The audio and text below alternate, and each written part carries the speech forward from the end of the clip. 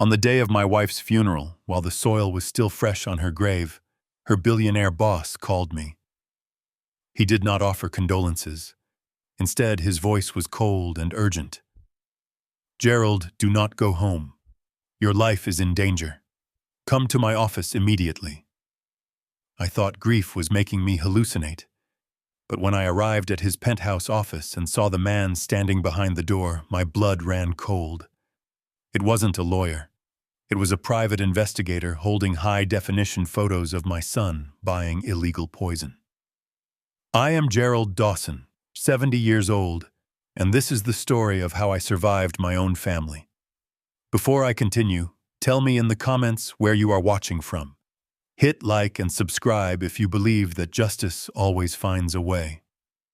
The rain at the cemetery was cold, soaking through my old black coat, but it was not nearly as cold as the look in my son's eyes.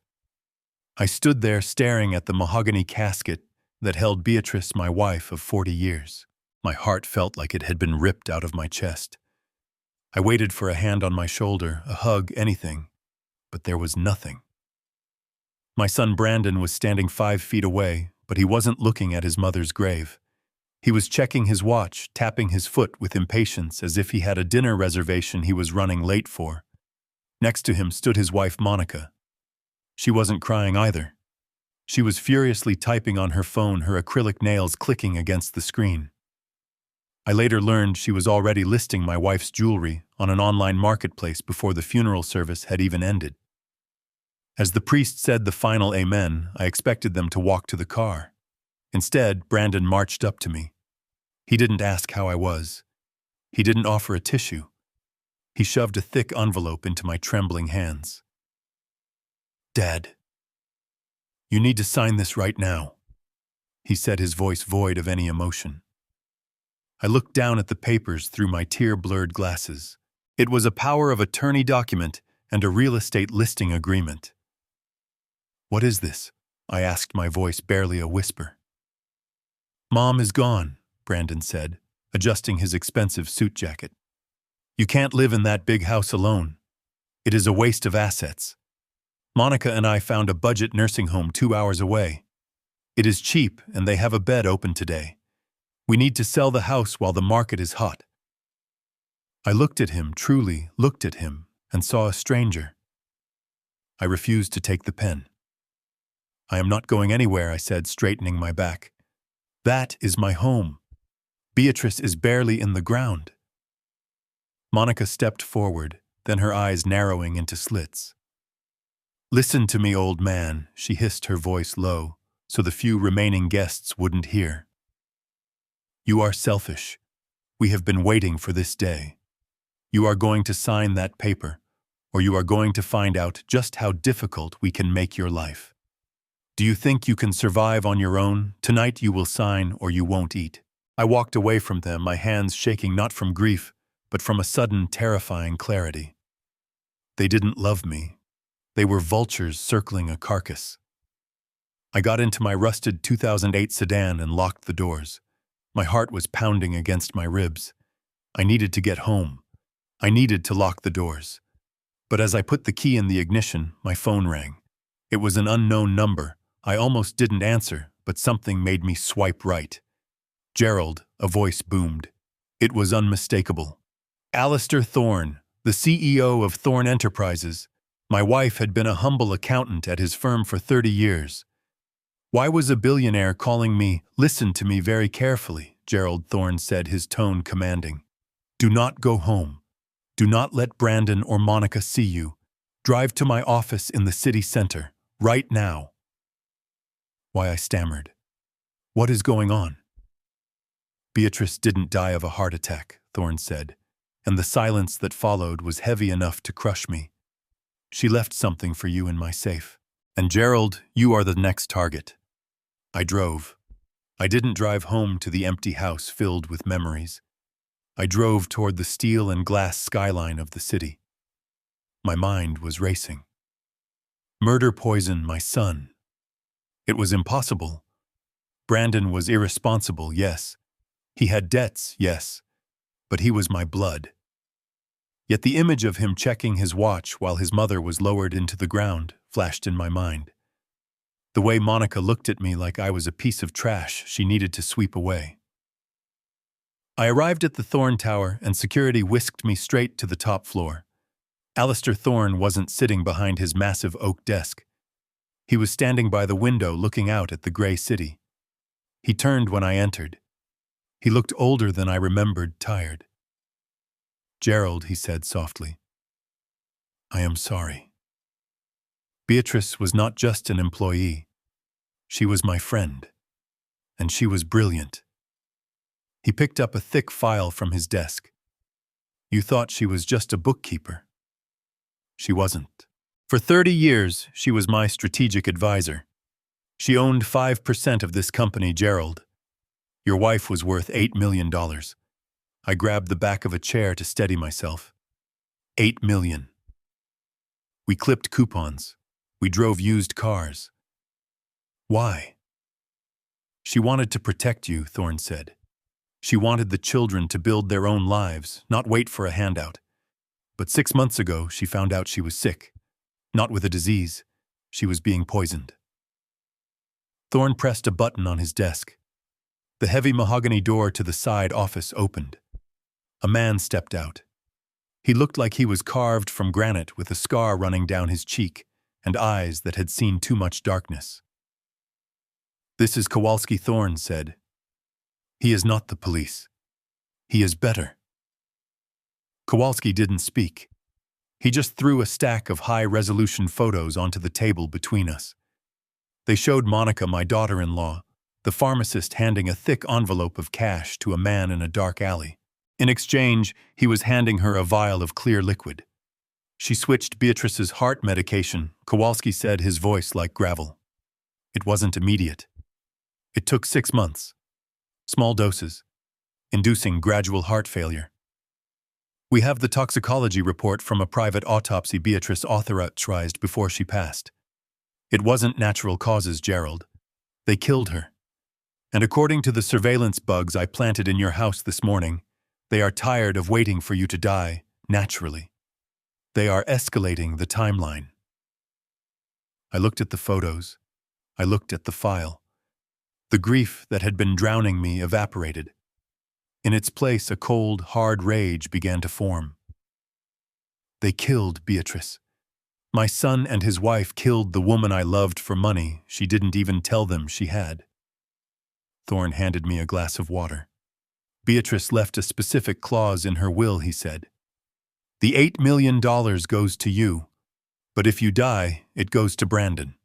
However, there is a dead man's switch. If you can prove they committed a crime against you, the inheritance is voided for them and you get full control to do whatever you want. I set the glass down. The trembling in my hands stopped. I don't want the money, I said, my voice sounding strange to my own ears. I want justice. Thorne smiled a grim shark-like smile. Good. Because we have a plan. But you have to be strong. You have to go back to that house. You have to let them think you are weak. You have to let them think you are losing your mind. You need to wear a wire. Can you do that, Gerald? Can you look your son in the eye knowing he killed his mother and pretend to be the helpless victim he thinks you are? I stood up. I thought about the power of attorney. I thought about the nursing home threat. I thought about Beatrice. I will do it, I said. I will make them wish they were dead. I drove back to my house as the sun began to set. The house looked the same, but it felt like a tomb. I parked the car and took a deep breath, touching the small button camera hidden in my shirt collar that Kowalski had given me. I walked up the path and unlocked the front door. The house was in chaos. Drawers were pulled out. Papers were scattered on the floor. Brandon and Monica were in our bedroom ripping the mattress off the bed. They were looking for cash. They were looking for the millions they didn't know existed. They froze when I walked in. Dad, Brandon said, his face flushing red. We were just looking for Mom's insurance papers. We were worried about you. Where were you? I hunched my shoulders. I let my mouth hang open slightly. I made my hands shake. I don't remember, I stammered. I think I went to the store, but I don't see any groceries. Did I buy groceries? Monica exchanged a look with Brandon, a look of pure predatory delight. It is happening, she mouthed. The stress is breaking him. She walked over to me, her voice dripping with fake sweetness. Oh, Dad, you poor thing. You are confused. Come sit down. I made you some special soup. You need to eat. She guided me to the kitchen. On the counter sat a bowl of soup. Next to it was my bottle of blood pressure medication. But the pills inside weren't white anymore. They were a pale yellow. They had already switched my meds. I sat down. Monica placed the soup in front of me. Eat, she commanded softly. It will make you feel better. I looked at the soup. I looked at the pills. I looked at my son and daughter-in-law, who were watching me with the intensity of wolves waiting for a deer to fall. I lifted the spoon. My hand shook violently, and I let the bowl crash onto the floor. Oh no, I cried out. I am so clumsy. The hot liquid splashed everywhere. Our family cat Barnaby trotted over and started lapping up the spill. No, Monica screamed, kicking the cat away, but it was too late. Barnaby licked it twice and then stopped. He hissed and ran under the sofa. 20 minutes later, as I sat in my room with the door locked, I heard the cat retching. They hadn't just drugged the soup. They had poisoned it. I sat on the edge of the bed listening to Brandon scream at Monica in the hallway. You put too much in you, idiot, Brandon hissed. If he dies tonight, the autopsy will show it. We need him to sign the house over first. Then he can have an accident. I recorded every word. I sat there in the dark, clutching the photo of Beatrice on the nightstand. They didn't know it yet, but the helpless old man they thought they were controlling was about to bring their entire world crashing down. The game had begun. I sat there in the driver's seat of my 20-year-old Ford, the engine idling with a rough coughing sound that I had been meaning to fix for months. My hands were gripping the steering wheel so hard, my knuckles were white not from the cold, but from the sheer force of holding myself together. I watched in the rearview mirror as Brandon and Monica walked toward their sleek leased SUV. They did not look back. Not once. They were probably already calculating how much the silverware would fetch at a pawn shop. I reached for the gear stick, my hand trembling uncontrollably. I just wanted to go home. I wanted to crawl into the bed I had shared with Beatrice for 40 years and smell her pillow and pretend this nightmare was not happening. I wanted to lock the door and ignore the world. But then my phone buzzed against the hard plastic of the center console. The sound was jarring in the silence of the car. I stared at the screen. Unknown caller. My first instinct was to let it go to voicemail. I did not have the energy to talk to a bill collector or a distant relative offering hollow sympathies. I reached out to decline the call, but something stopped me. A strange gut-level pull that I could not explain. My finger hovered over the green button. I swiped it. Hello? I rasped my voice, sounding like sandpaper. Gerald. The voice on the other end was not a bill collector. It was deep, authoritative, and instantly recognizable. It was a voice I had heard on the news, on television interviews, and occasionally in the background of company holiday parties. It was Alistair Thorne, the billionaire CEO of Thorne Enterprises, my wife's boss. Mr. Thorne. I stammered, confusion cutting through my grief. I appreciate the call, but now is not a good time. Listen to me, Gerald. Thorne cut me off. His tone was not sympathetic. It was sharp and urgent, like a military commander issuing an order under fire. Do not say another word. Just listen. Are you in your car?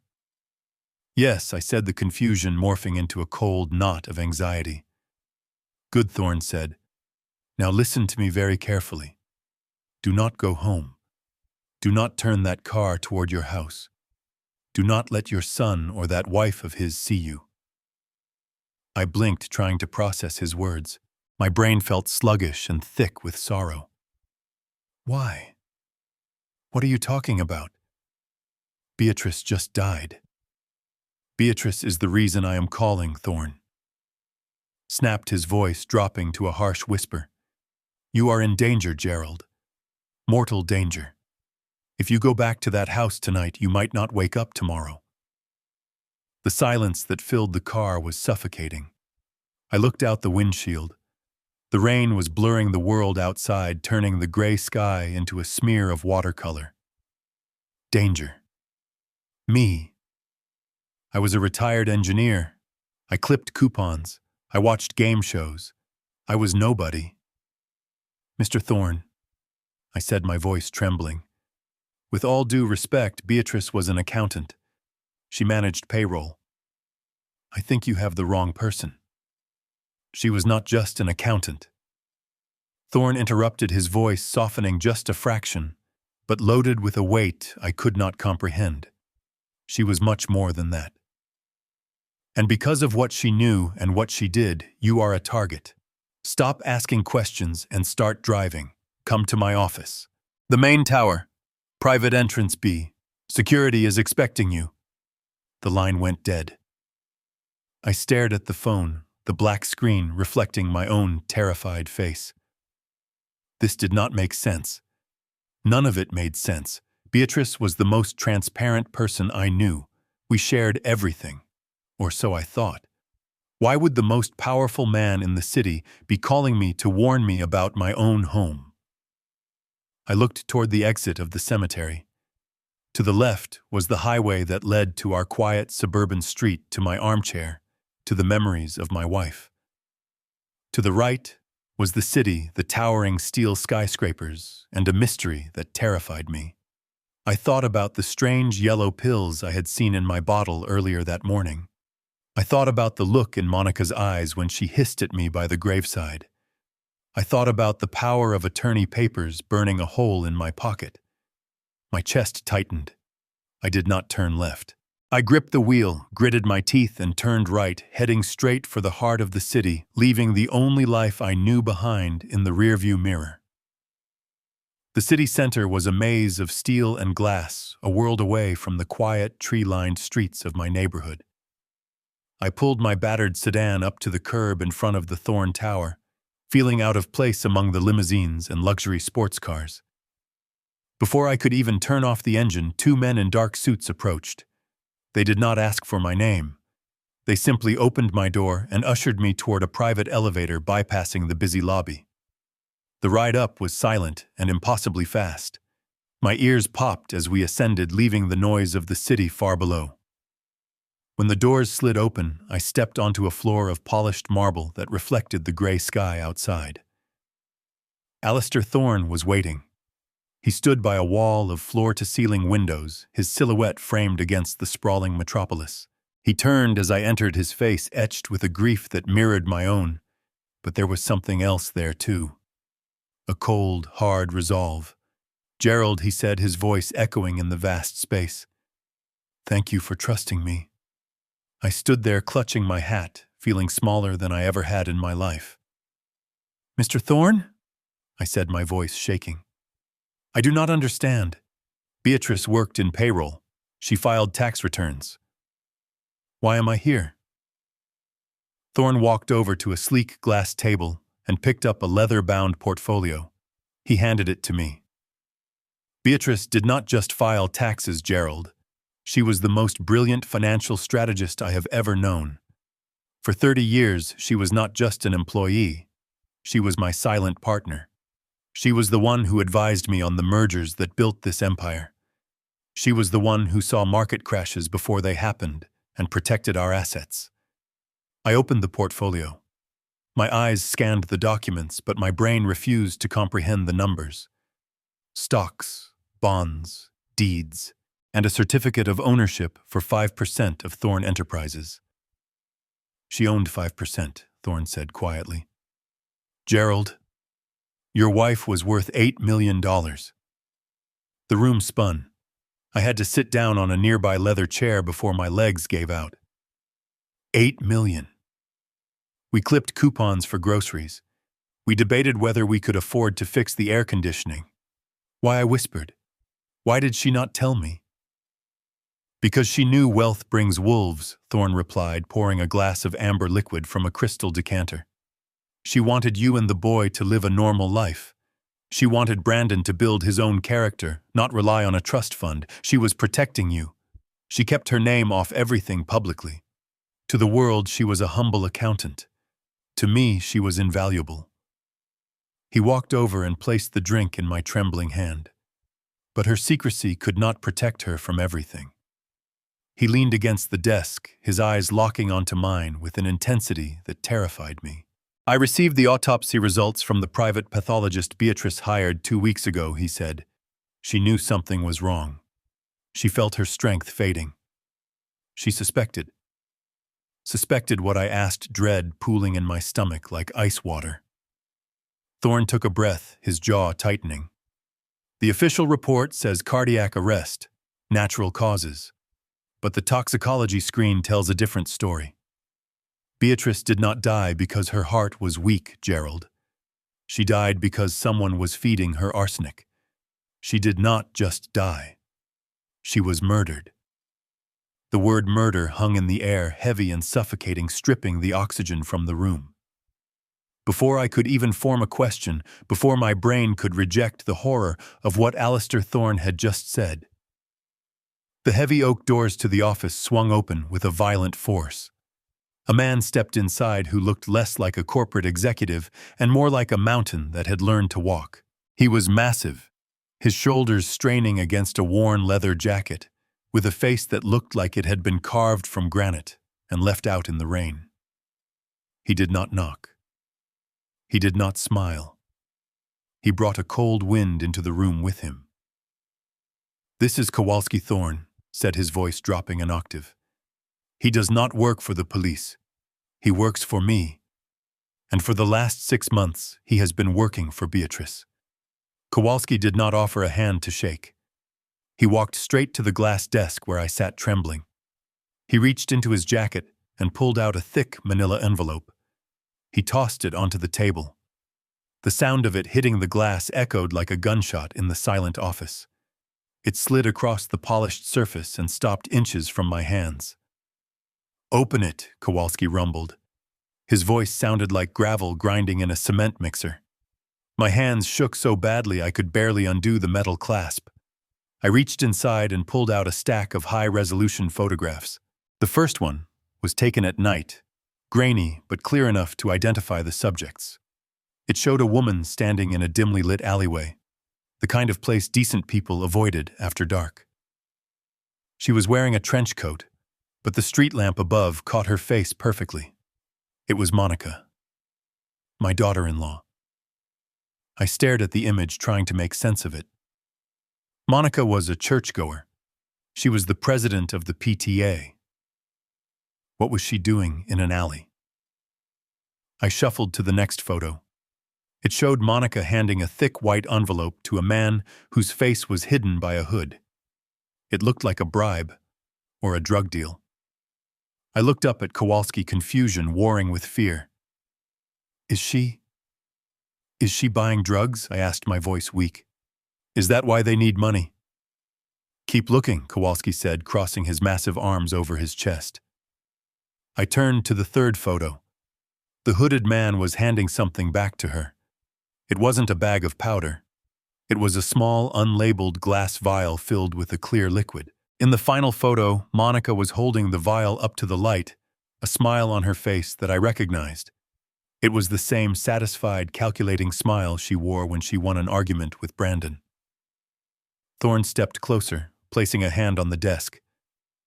"Gerald, tell me, what does your daughter-in-law do for a living?" I blinked, unable to look away from the photo of Monica's smile. She is a pharmacist," I whispered.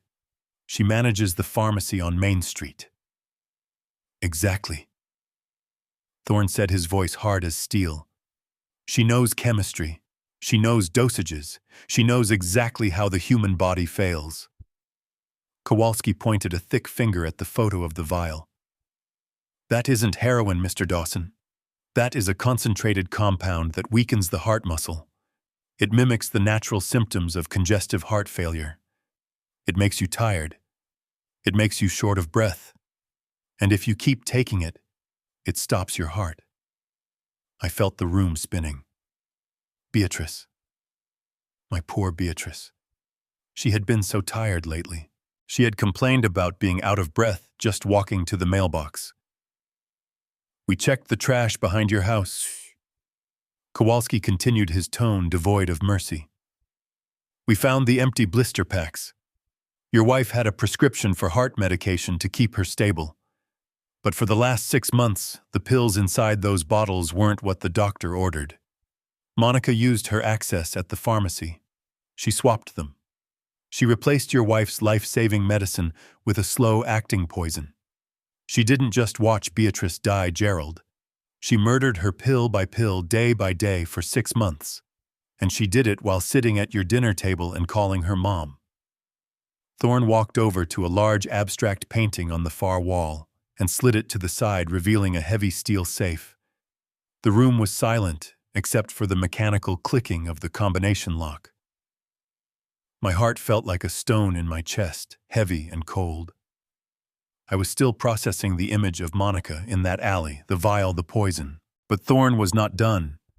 He pulled the heavy steel door open and retrieved a single document bound in a blue velvet folder. He placed it gently on the glass desk in front of me.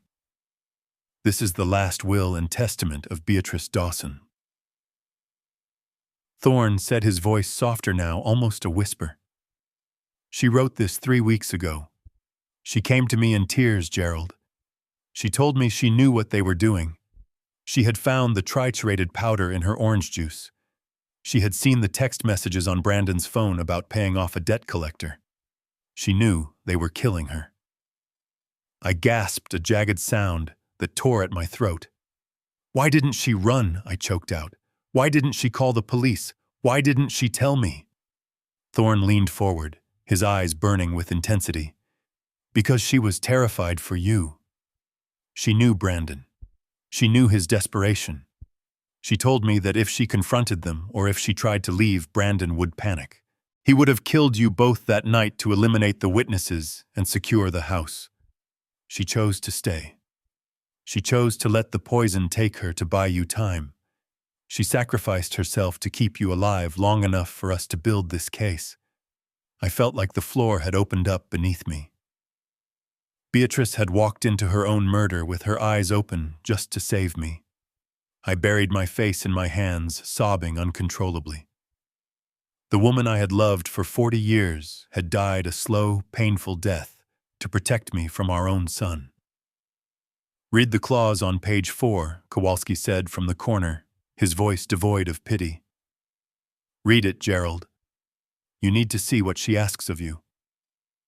I wiped my eyes with my sleeve and opened the folder. My vision blurred, but I found the paragraph. It was highlighted in yellow. The entirety of my estate, including my shares in Thorne Enterprises and all offshore assets, shall be held in a blind trust. These assets will transfer to my husband, Gerald Dawson, only upon the fulfillment of one specific condition. The successful criminal conviction of the parties responsible for my death.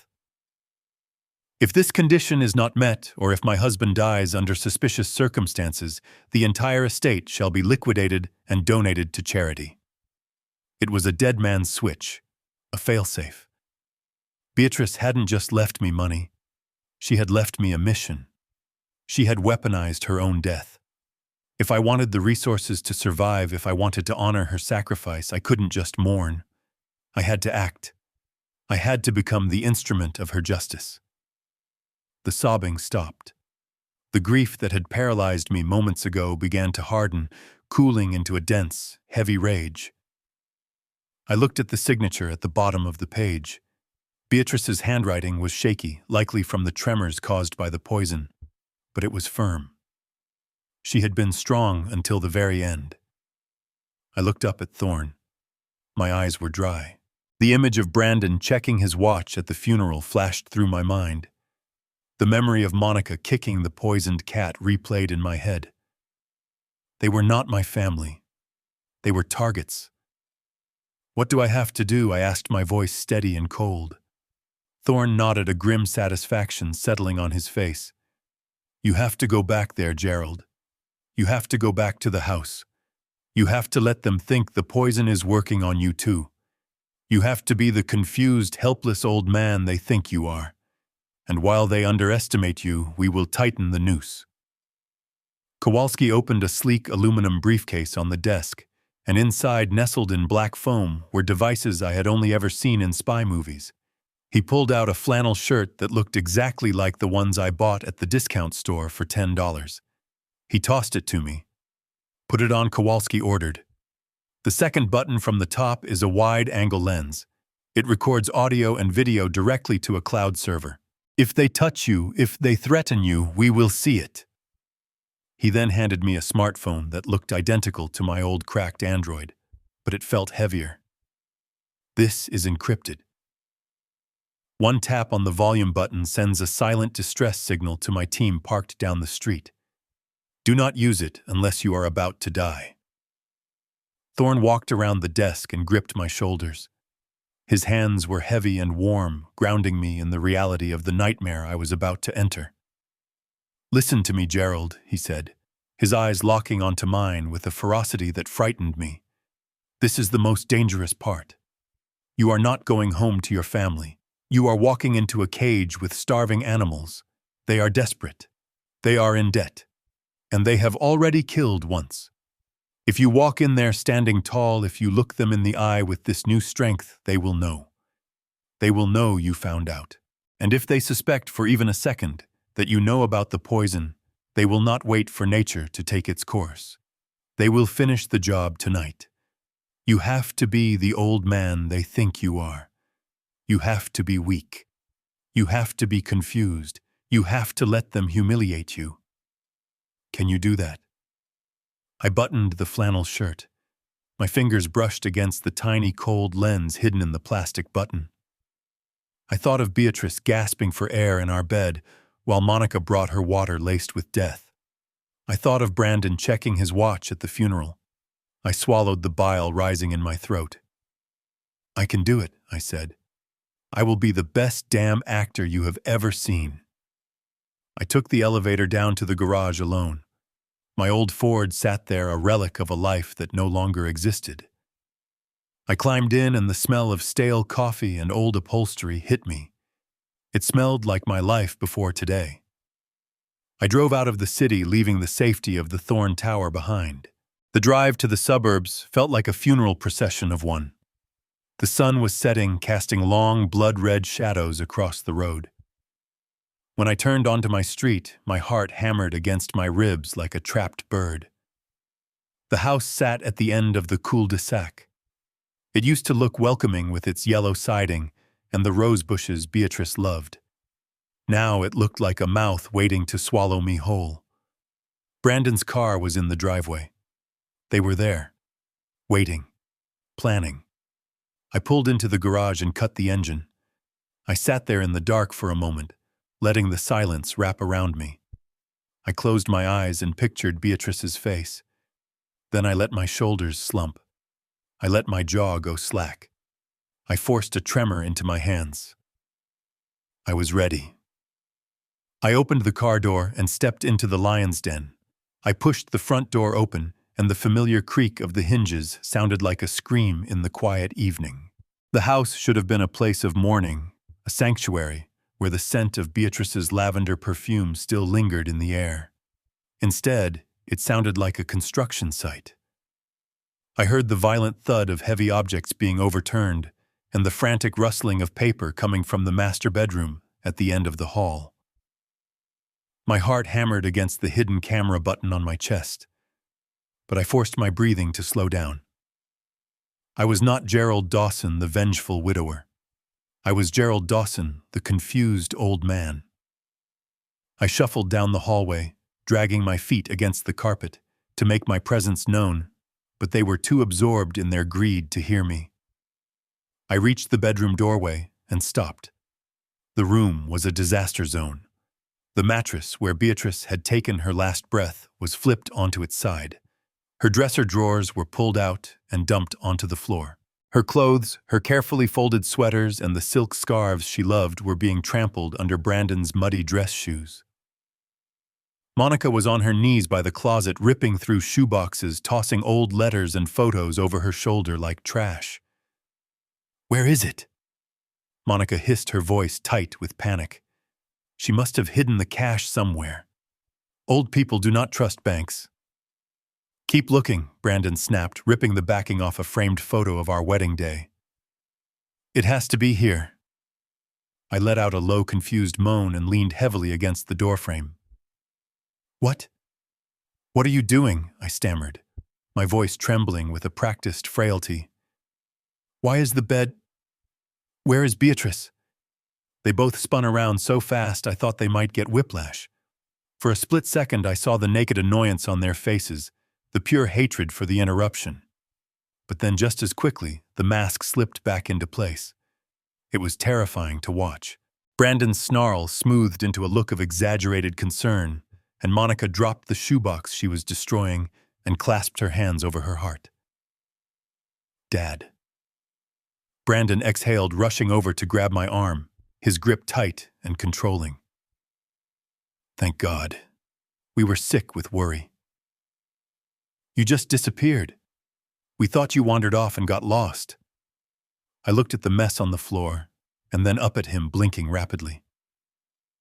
I went for a drive, I think." I rubbed my forehead, feigning a headache, but I forgot where I was going. I ended up... I do not know. The city, maybe. It is all fuzzy.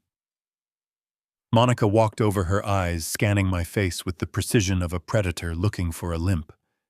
She did not offer a hug. She just stood close enough for me to smell her expensive perfume mixed with the dust of my wife's belongings. "You went to the city?" she asked, her voice sharp. "Why would you go there, Gerald?" I shrugged, letting my shoulders slump. "I do not know. I just drove. I feel so tired, Monica. My head is spinning.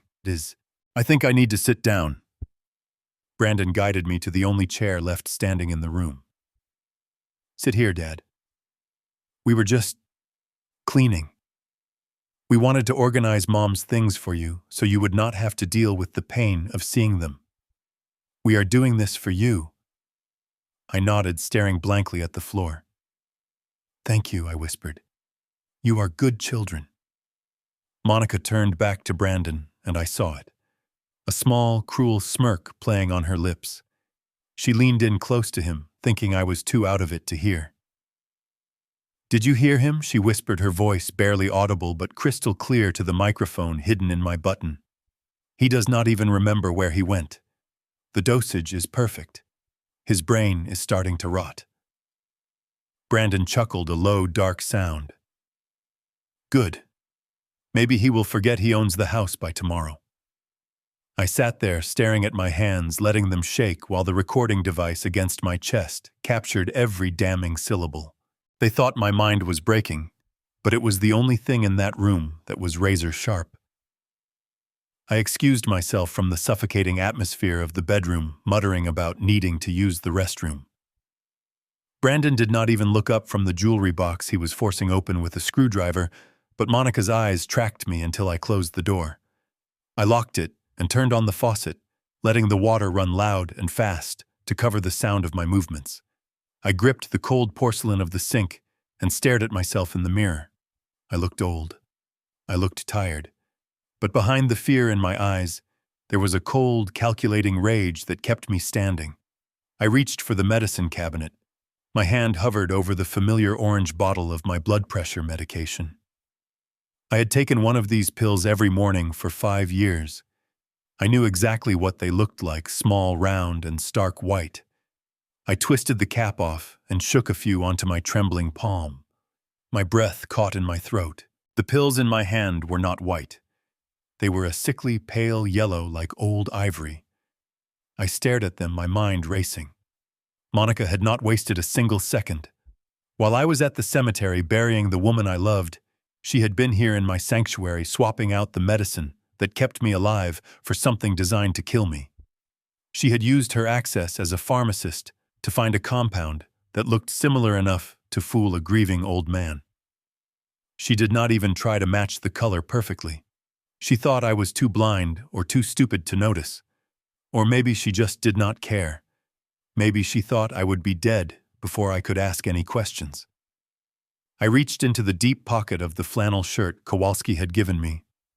My fingers brushed against the small plastic bag he had slipped into my hand in the elevator. "These are sugar pills," he had said.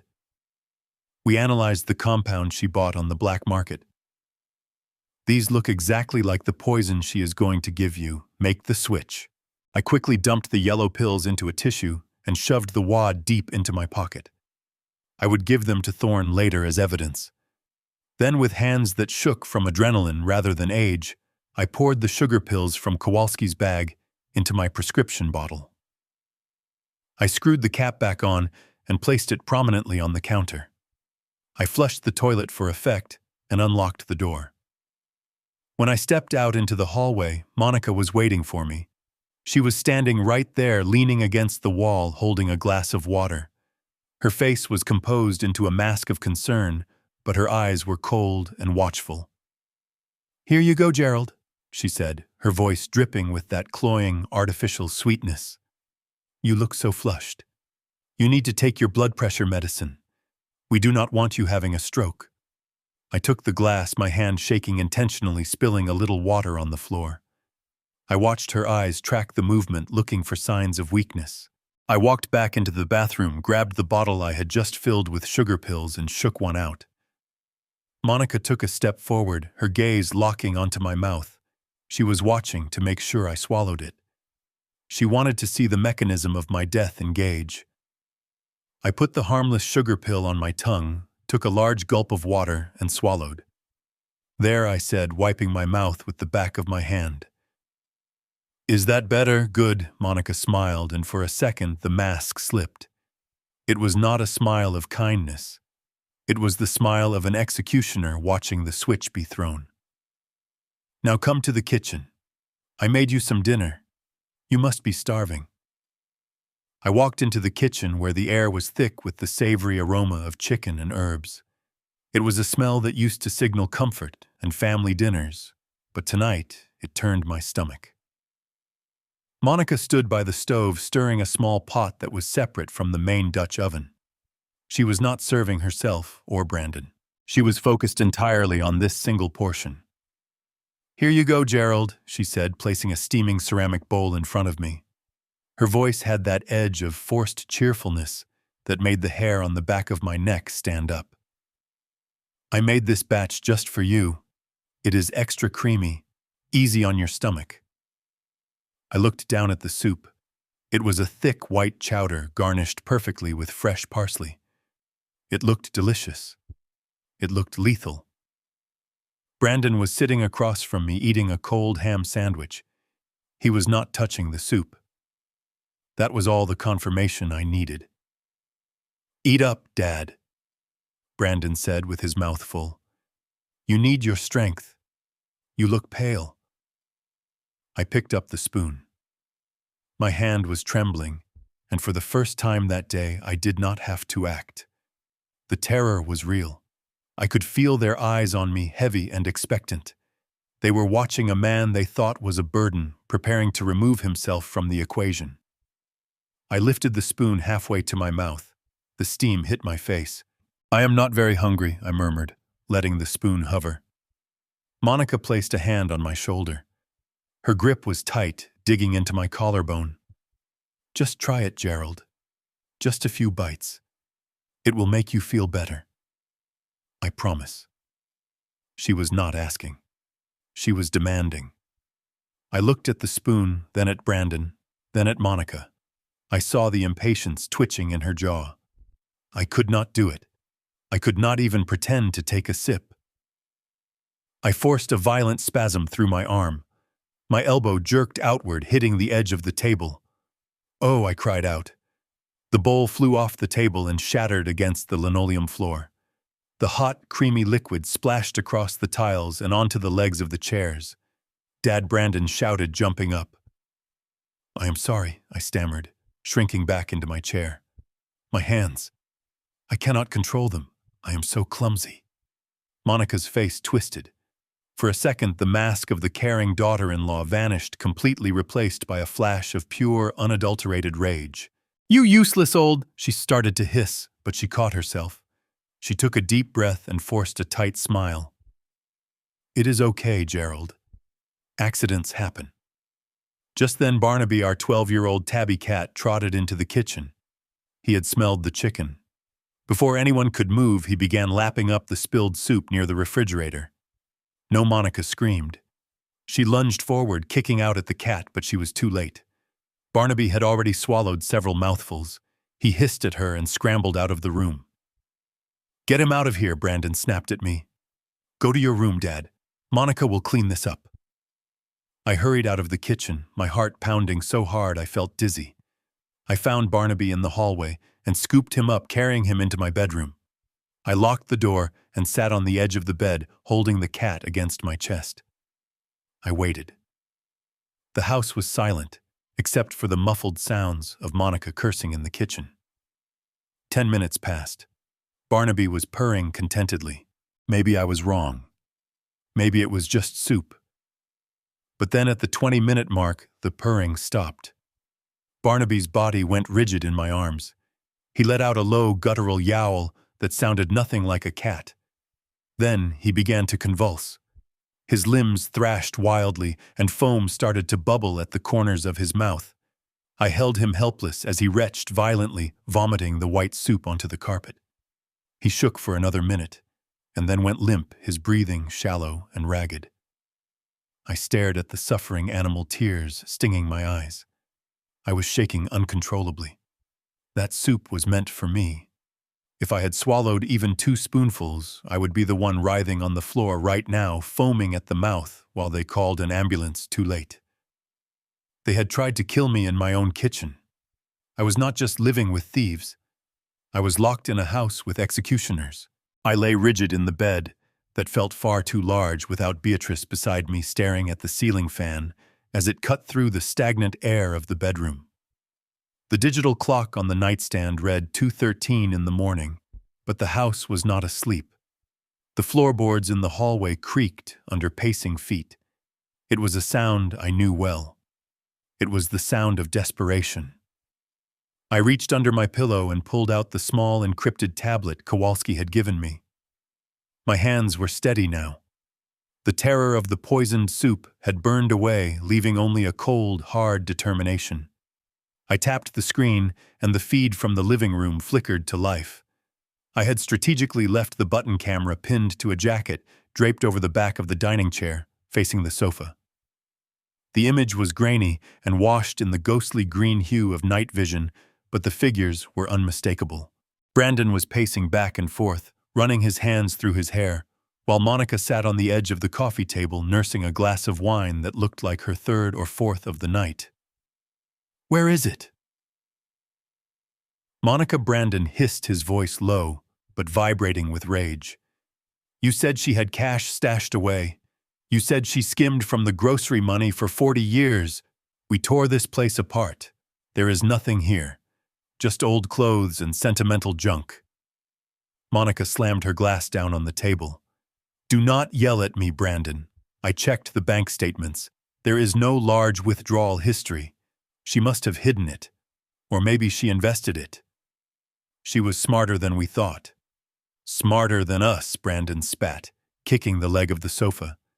"She is dead, and she is still making my life hell. We need cash, Monica. We need it yesterday. If we do not pay the interest by Friday, they are going to start breaking fingers." I watched in the dark, feeling a chill that had nothing to do with the temperature. They were not just greedy. They were in trouble. Deep trouble.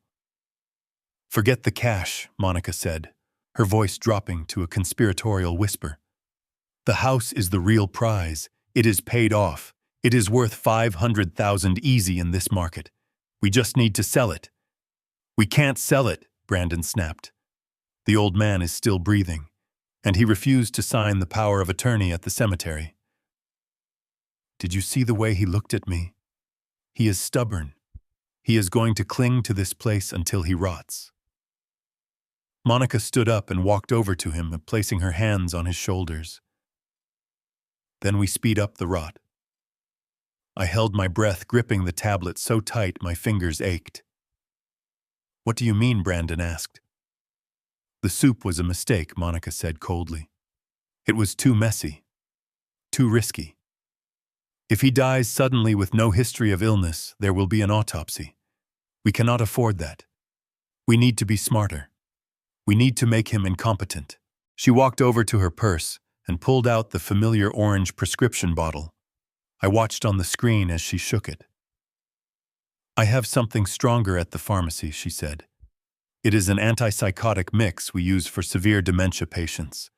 It causes confusion, memory loss, and motor failure. I will crush a double dose into his oatmeal tomorrow morning. By noon, he won't know his own name. He won't know what day it is. You put the power of attorney in front of him and tell him it is an autograph for a fan or a delivery receipt. He will sign it, Brandon. He will sign his life away, and he will smile while he does it. Brandon looked at her for a long moment, and then a slow, dark smile spread across his face. You are a genius, babe. We get the signature, we sell the house, we dump him in the state facility, and we are free. Do it, he said. Fry his brain. I tapped the screen and stopped the recording. The file saved automatically to the cloud server Thorne monitored. I lay back against the pillow, my heart beating a slow, heavy rhythm. They were planning to erase me. They wanted to turn me into a shell of a man to get their payday. I looked at the empty side of the bed, where Beatrice used to sleep. They thought they were dealing with a helpless old man. They had no idea they had just handed me the weapon that would destroy them. Tomorrow I would eat my oatmeal, but I would not be the one swallowing the poison. I feigned sleep in the recliner with a blanket pulled up to my chin, listening to the house settle into an uneasy silence. Monica had left for her shift at the pharmacy, leaving Brandon upstairs. The encrypted phone in my pocket vibrated 3 times in a distinct pattern. It was the signal. I waited a moment, ensuring no one was watching, before sliding the device out and tapping in the passcode. A new message from Kowalski flashed on the screen. It was not a text. It was a dossier titled Motive. I opened the file, and the screen filled with rows of numbers and financial statements. My eyes widened as I scrolled.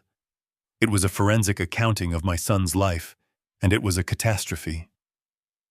Brandon had not just lost his job, he had destroyed his future.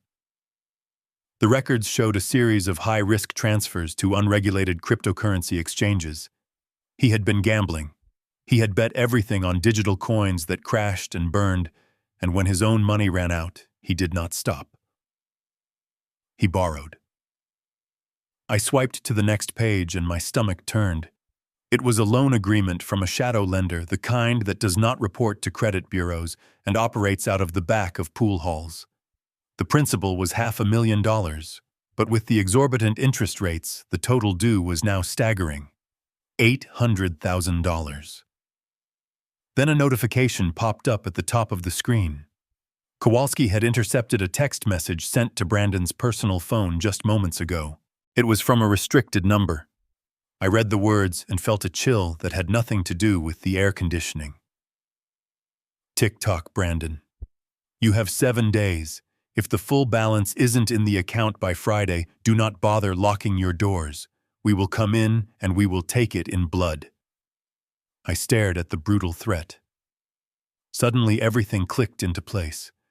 The haste, the sloppiness of the poisoning, the sheer desperation in their attempts to get me to sign the house over. They were not just greedy, they were terrified. Brandon was a cornered animal. He had 1 week to come up with nearly $1 million, or he was a dead man. My house, my savings, Beatrice's life insurance, it was all just ransom money to him. He was willing to sacrifice his parents to save his own skin. A loud crash echoed from the second floor, followed by a string of muffled curses. Brandon was unraveling. He was up there right now looking at that same text message, sweating, shaking, realizing his time was running out. A father's instinct should have been to help to protect his child, no matter what. But that instinct had died the moment I watched my cat convulse on the floor. I slipped the phone back into my pocket. My son was on a deadline. He needed a quick sale. He needed me out of the way immediately. That meant the attacks were going to escalate. He could not afford to wait for the drugs to work slowly. He needed a result now. I closed my eyes and gripped the armrests of the chair. He had 7 days to pay his debt. I had 7 days to make sure he faced justice. The race was on. The next morning I woke up to a gnawing emptiness in my stomach that felt like a physical weight. My mouth was dry and my hands were shaking, not from acting this time, but from genuine low blood sugar. I shuffled into the kitchen expecting the smell of coffee or toast, but the room was cold and sterile. The countertops were bare. There was no fruit in the bowl, no bread in the box. I walked over to the refrigerator, reaching for the handle to get a glass of milk, but my hand met cold resistance. I blinked, rubbing my eyes, thinking my vision was failing. A heavy iron chain was wrapped around the refrigerator handles, secured with a thick brass padlock. It looked like something you would see in a prison yard, not a suburban kitchen. I pulled on it, the metal clanking loudly in the silence. "Hungry, Gerald?" Monica's voice came from behind me, smooth and sharp like a scalpel. She was leaning against the counter, sipping a steaming mug of coffee. The smell of the roast hit me like a slap. "Monica," I rasped, my voice weak. "Why is the fridge locked? I need to eat. I need to take my medicine with food." She took a slow, deliberate sip of her coffee, never breaking eye contact. "Food is expensive, Gerald, and you do not contribute.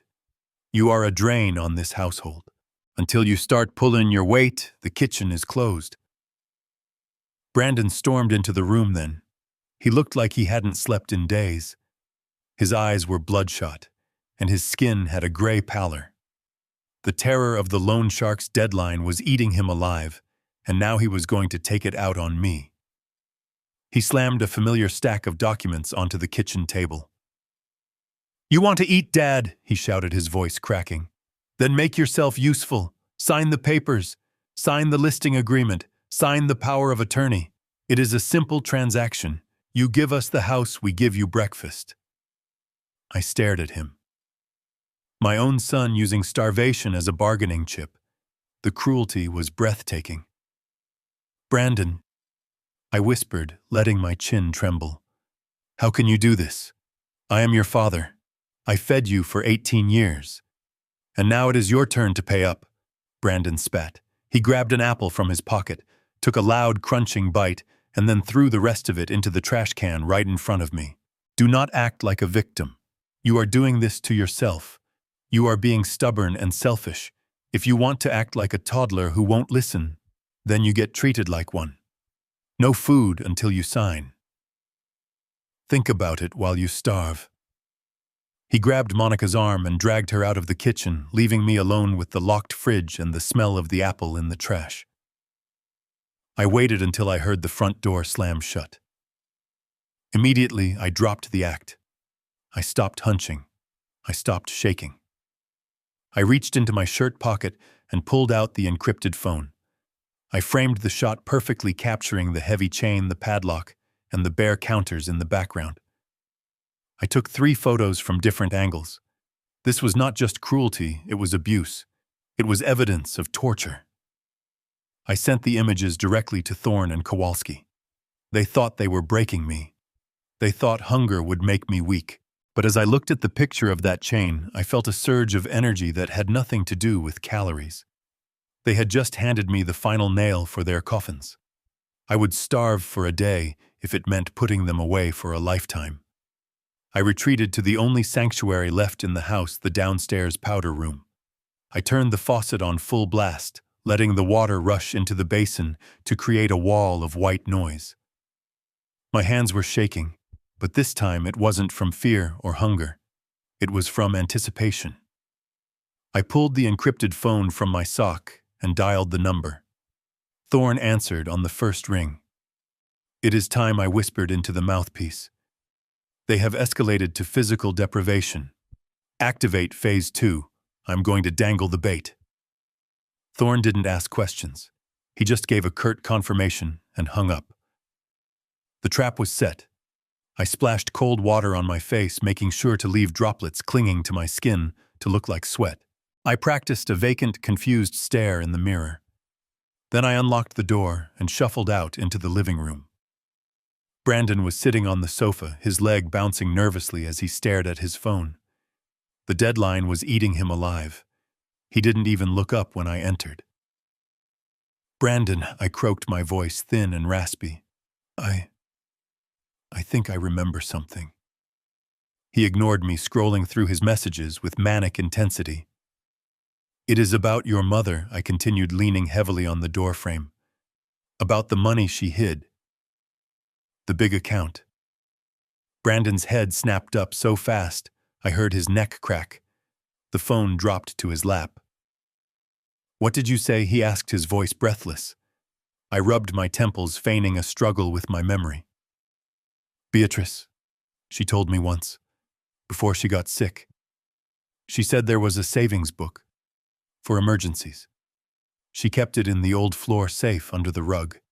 She said it was, what was the number? 200,000. Maybe 3. The transformation was instantaneous and terrifying. The rage vanished, replaced by a hungry, desperate greed that lit up his eyes like a flare. He jumped off the sofa and crossed the room in 2 strides, grabbing my shoulders. $300,000, he repeated. "Dad, are you sure? Where is the safe? What is the combination?" I shrank away from him, whimpering. I do not know. It is all foggy. I can see the numbers in my head, but they are swimming. I am so dizzy, Brandon. I haven't eaten since yesterday. I can't think straight." Brandon spun around, screaming toward the kitchen. "Monica, get in here! Get Dad a sandwich! Get him juice! Now!" Monica appeared in the doorway, wiping her hands on a dish towel, looking confused. "But you said no food until he signed." "Forget the signature," Brandon shouted, his eyes wild. "He remembers the cash. He knows where Mom hid the money. But he needs to eat to remember the code. Feed him, Monica. Feed him whatever he wants." I slumped into the armchair, watching them scramble. Monica ran to unlock the fridge, the chains rattling as they fell to the floor. Brandon knelt beside me, chafing my hands, trying to get the blood flowing, trying to revive the golden goose he had been trying to kill just moments ago. "Think, Dad," he urged, his voice dripping with sudden fake affection. "Just relax and eat. The numbers will come back to you. We are right here. We will help you remember." I took the sandwich Monica thrust into my hands and took a slow, deliberate bite. It tasted like victory. They thought they were nursing me back to health to rob me. They didn't realize they were keeping their witness alive for the trial. I wiped the last crumbs of the sandwich from my lips, watching Brandon pace the living room floor like a caged animal. He was waiting for me to magically remember the combination to a safe that did not exist. But I was waiting for something far more tangible. I felt a single long vibration from the phone in my pocket. It was the confirmation from Thorne. The transaction was complete. Using a shell company and a team of ruthless lawyers, we had just purchased Brandon's debt from the syndicate. I was no longer just his father. I was his owner. Then Brandon's phone rang. The sound was shrill, cutting through the thick tension of the room. He looked at the screen and frowned. It was a local number he did not recognize.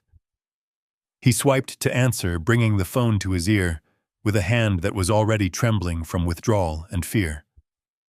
"Hello," he said, his voice tight. "Who is this?" I watched him from the armchair. I could not hear the voice on the other end, but I knew exactly what was being said. Thorne's lawyer was delivering the script we had written. "We bought your debt, Mr. Dawson. The previous owners were too patient. We are not. Brandon's face went from pale to a ghostly white in the span of a heartbeat. The blood drained from his lips. What do you mean, he stammered, backing up until he hit the wall. No, I had a deal. I had until Friday. He listened for another moment, and then his knees physically gave out. He slid down the wall until he was sitting on the floor, clutching the phone with both hands, as if it were a lifeline that had just been cut. 3 days, he whispered, tears of pure terror springing to his eyes. I cannot. I do not have it. Please. I need more time. He pulled the phone away from his ear, staring at it in horror as the call ended. The line was dead. He looked up at me, but he did not see his father. He saw a walking ATM that was malfunctioning. He scrambled to his feet, his breathing coming in short, sharp gasps like a man drowning. The safe, he muttered to himself, pacing in a tight, manic circle. 300,000 in the safe. It is not enough. It is not enough. He owes 800,000. Even if he found the imaginary cash, he would still be 500,000 short. He stopped pacing and turned to look at me. The fake concern, the gentle coaxing, it all evaporated instantly. In its place was the raw, feral look of a man who had just heard the sound of a hammer cocking back on a gun pointed at his head. He marched over to me and grabbed me by the collar of my flannel shirt, hauling me up from the chair. Forget the safe, he screamed, spitting in my face. The safe is chump change. We need the house, we need all of it. Brandon. I whimpered, playing my part. You are hurting me. I do not care, he roared, shaking me so hard my teeth rattled. I have 3 days, Dad. 3 days or they are going to kill me. You are going to sign those papers right now. I am done waiting for you to remember. You are going to sign, or I am going to break your fingers one by one until you hold the pen. The psychological warfare began at dawn. I woke up and reached for the thick-framed glasses I had left on the nightstand just 6 hours earlier. My hand slapped against empty wood. I patted the surface frantically, my heart rate rising not from fear, but from the realization that the game had entered a new phase. I squinted at the doorway, where Monica stood, leaning against the frame with a smirk that was as cold as the morning air. You lost them again. Gerald, she sighed, shaking her head with exaggerated pity. You really are losing your grip, aren't you? First the memories, now your basic motor skills. I found them in the refrigerator next to the milk. Why would you put your glasses in the fridge? I stared at her blurry form. I had not put them there. She was gaslighting me, trying to fracture my reality piece by piece until I did not know which way was up. Later that morning, I tripped over the ottoman in the living room. I knew exactly where that piece of furniture belonged, but she had moved it 2 feet to the left, just enough to catch my shin. Watch where you are going, old man, she snapped as I stumbled. You are a danger to yourself. This is exactly why you need to be in a facility. I rubbed my bruised leg and muttered an apology, playing the part of the confused geriatric. But inside I was seething. She wanted to play ghost games. She wanted to haunt me in my own home. She had no idea that I had the technology to make her believe in ghosts for real. That night I waited until the house was silent. I lay in the guest room clutching the encrypted tablet. Thorne's tech team had spent the last 24 hours analyzing decades of home videos, pulling phonemes and cadences to reconstruct a digital synthesizer of Beatrice's voice. It was ready. I pulled up the feed from the master bedroom. Monica was tossing and turning, clutching the duvet tight, while Brandon snored beside her, oblivious to the terror that was about to consume his wife. The stress of the debt and the guilt of the murder were already cracking her armor. I was just going to slide the knife in. I tapped the control panel for the smart speaker sitting on their dresser. I adjusted the volume to a low whisper, just loud enough to be heard over the hum of the air conditioner. Then I typed the command. Monica. The voice that drifted out of the speaker was unmistakable. It was Beatrice. It had her warmth, her pitch, her soul. Monica froze. Her eyes flew open wide and terrified in the darkness. She held her breath, scanning the shadows of the room. "Who is there?" she whispered, her voice trembling. I typed the next line, my fingers flying across the screen. "Give me back my medicine, Monica. It burns. Why did you make it burn?" Monica sat bolt upright, a scream tearing from her throat that sounded like tearing metal. She scrambled backward, crab walking across the mattress, until her back hit the headboard. She shook Brandon violently. "Wake up!" she shrieked, slapping his face. "Wake up! She is here! She is in the room!" Brandon woke with a start, flailing his arms. "What? Who? What is wrong with you?" "Listen." Monica hissed, tears streaming down her face. "Listen to her." I hit the final button. The audio file played a sound of ragged, gasping breathing, the sound Beatrice made in her final hours, followed by one word hissed with digital venom. "Murderer." Monica screamed again, a high-pitched wail of pure, unadulterated horror. She threw herself off the bed, tangling in the sheets and crashing to the floor. She covered her ears, rocking back and forth. "Make it stop," she sobbed. "Make her stop. She knows, Brandon. She knows what I did." Brandon stared at her, his face a mask of confusion and disgust. He hadn't heard a thing because I had cut the audio the second he woke up. To him, his wife was hallucinating guilt. To me, it was the sound of justice. She thought she could drive me crazy. By morning, she would be the one questioning her sanity. The morning sun did nothing to banish the shadows clinging to Monica. She looked like a woman who had stared into the abyss and blinked. Her eyes were rimmed with red, and dark circles were carved deep into her pale skin. She sat at the kitchen island, clutching a coffee mug that smelled strongly of cheap vodka. It was barely 9 in the morning. The ghost of Beatrice had done its work. Monica was fracturing. I sat in my usual spot at the table, watching her through half-closed eyes, playing the part of the dazed invalid. She was trying to prepare my morning cocktail of antipsychotics, crushing the pills with the back of a spoon, but her hands were shaking so violently that half the powder ended up on the counter. She cursed under her breath, a stream of venomous muttering about haunted houses and dead women who would not stay dead. "I cannot do this," she whispered, her voice cracking. She abandoned the spoon and reached for her purse, digging frantically until she found her own prescription bottle. Anti-anxiety medication. She popped the cap, took 2 pills, and washed them down with the spiked coffee. Then her phone rang. It was Brandon, probably screaming about the deadline. She stepped out onto the patio to answer, leaving her purse and the bottle open on the counter. This was it, the moment Kowalski had prepped me for. I moved with a speed that would have shocked them. I reached into my pocket and pulled out the identical orange bottle I had prepared. It did not contain sedatives. It contained a concentrated laxative compound strong enough to clear out a horse. I swapped the bottles in a blur of motion, pocketing her real medication and leaving the trap in its place.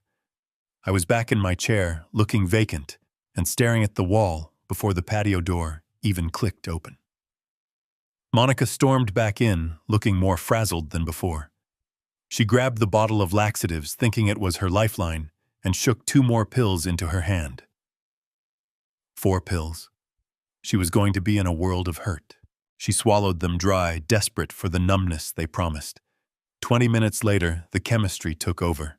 We were in the living room when Monica suddenly went rigid. Her face drained of all color, turning a sickly shade of green. She clutched her stomach, doubling over with a groan that sounded like a dying engine. "Oh God," she gasped, dropping her glass. She barely made it to the hallway bathroom before the sounds of her misery echoed through the house. It was brutal.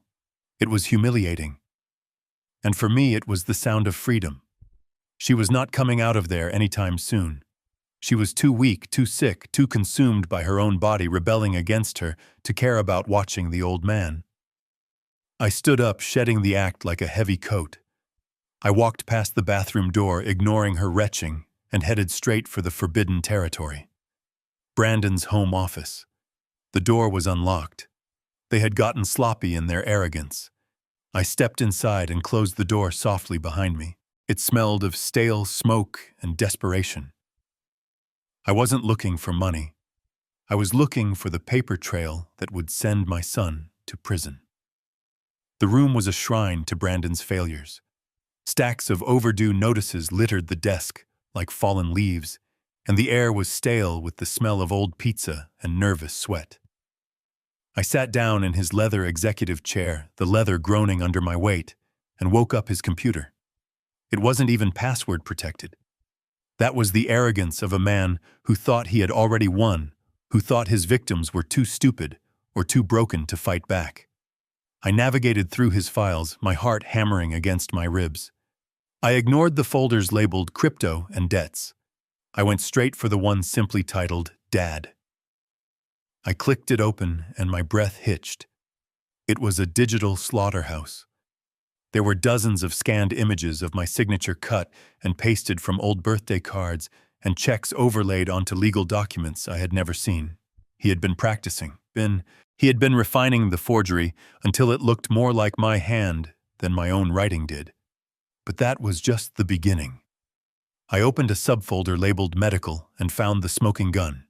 It was a PDF of a psychiatric evaluation dated for tomorrow. It was already filled out. The diagnosis was severe dementia with psychotic features. The recommendation was immediate involuntary commitment to a state facility. It was signed by a Dr. Miles Prentice. I recognized the name immediately. He was Brandon's drinking buddy from college, a man who had barely graduated and had a reputation for writing prescriptions for cash. I opened the email chain associated with the file. The subject line read, "The problem." Brandon had written, "He is stubborn. The drugs are taking too long. I need the paper now. If I don't get power of attorney by Friday, I am dead." The reply from the doctor was chillingly brief. "Bring him in. I will ask him 2 questions, declare him incompetent, and sign the order. Just make sure the $10,000 is in my account before you walk through the door." They weren't just going to lock me away. They were buying my freedom for $10,000. They were going to strip me of my rights, my home, and my dignity, all to cover a gambling debt. I felt a cold, hard knot form in my stomach. This wasn't just betrayal. It was a transaction. I was a line item in a ledger that needed to be erased.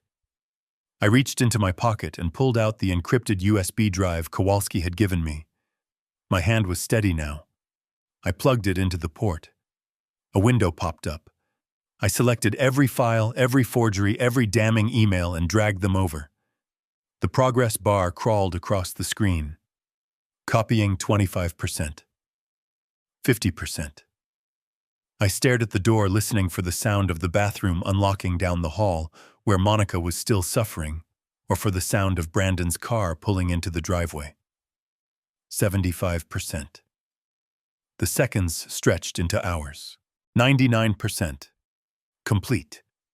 I yanked the drive out and slipped it deep into my sock. I checked the timestamps on the files one last time. They had created the fake medical history 3 weeks ago. They had planned this before Beatrice was even cold in the ground.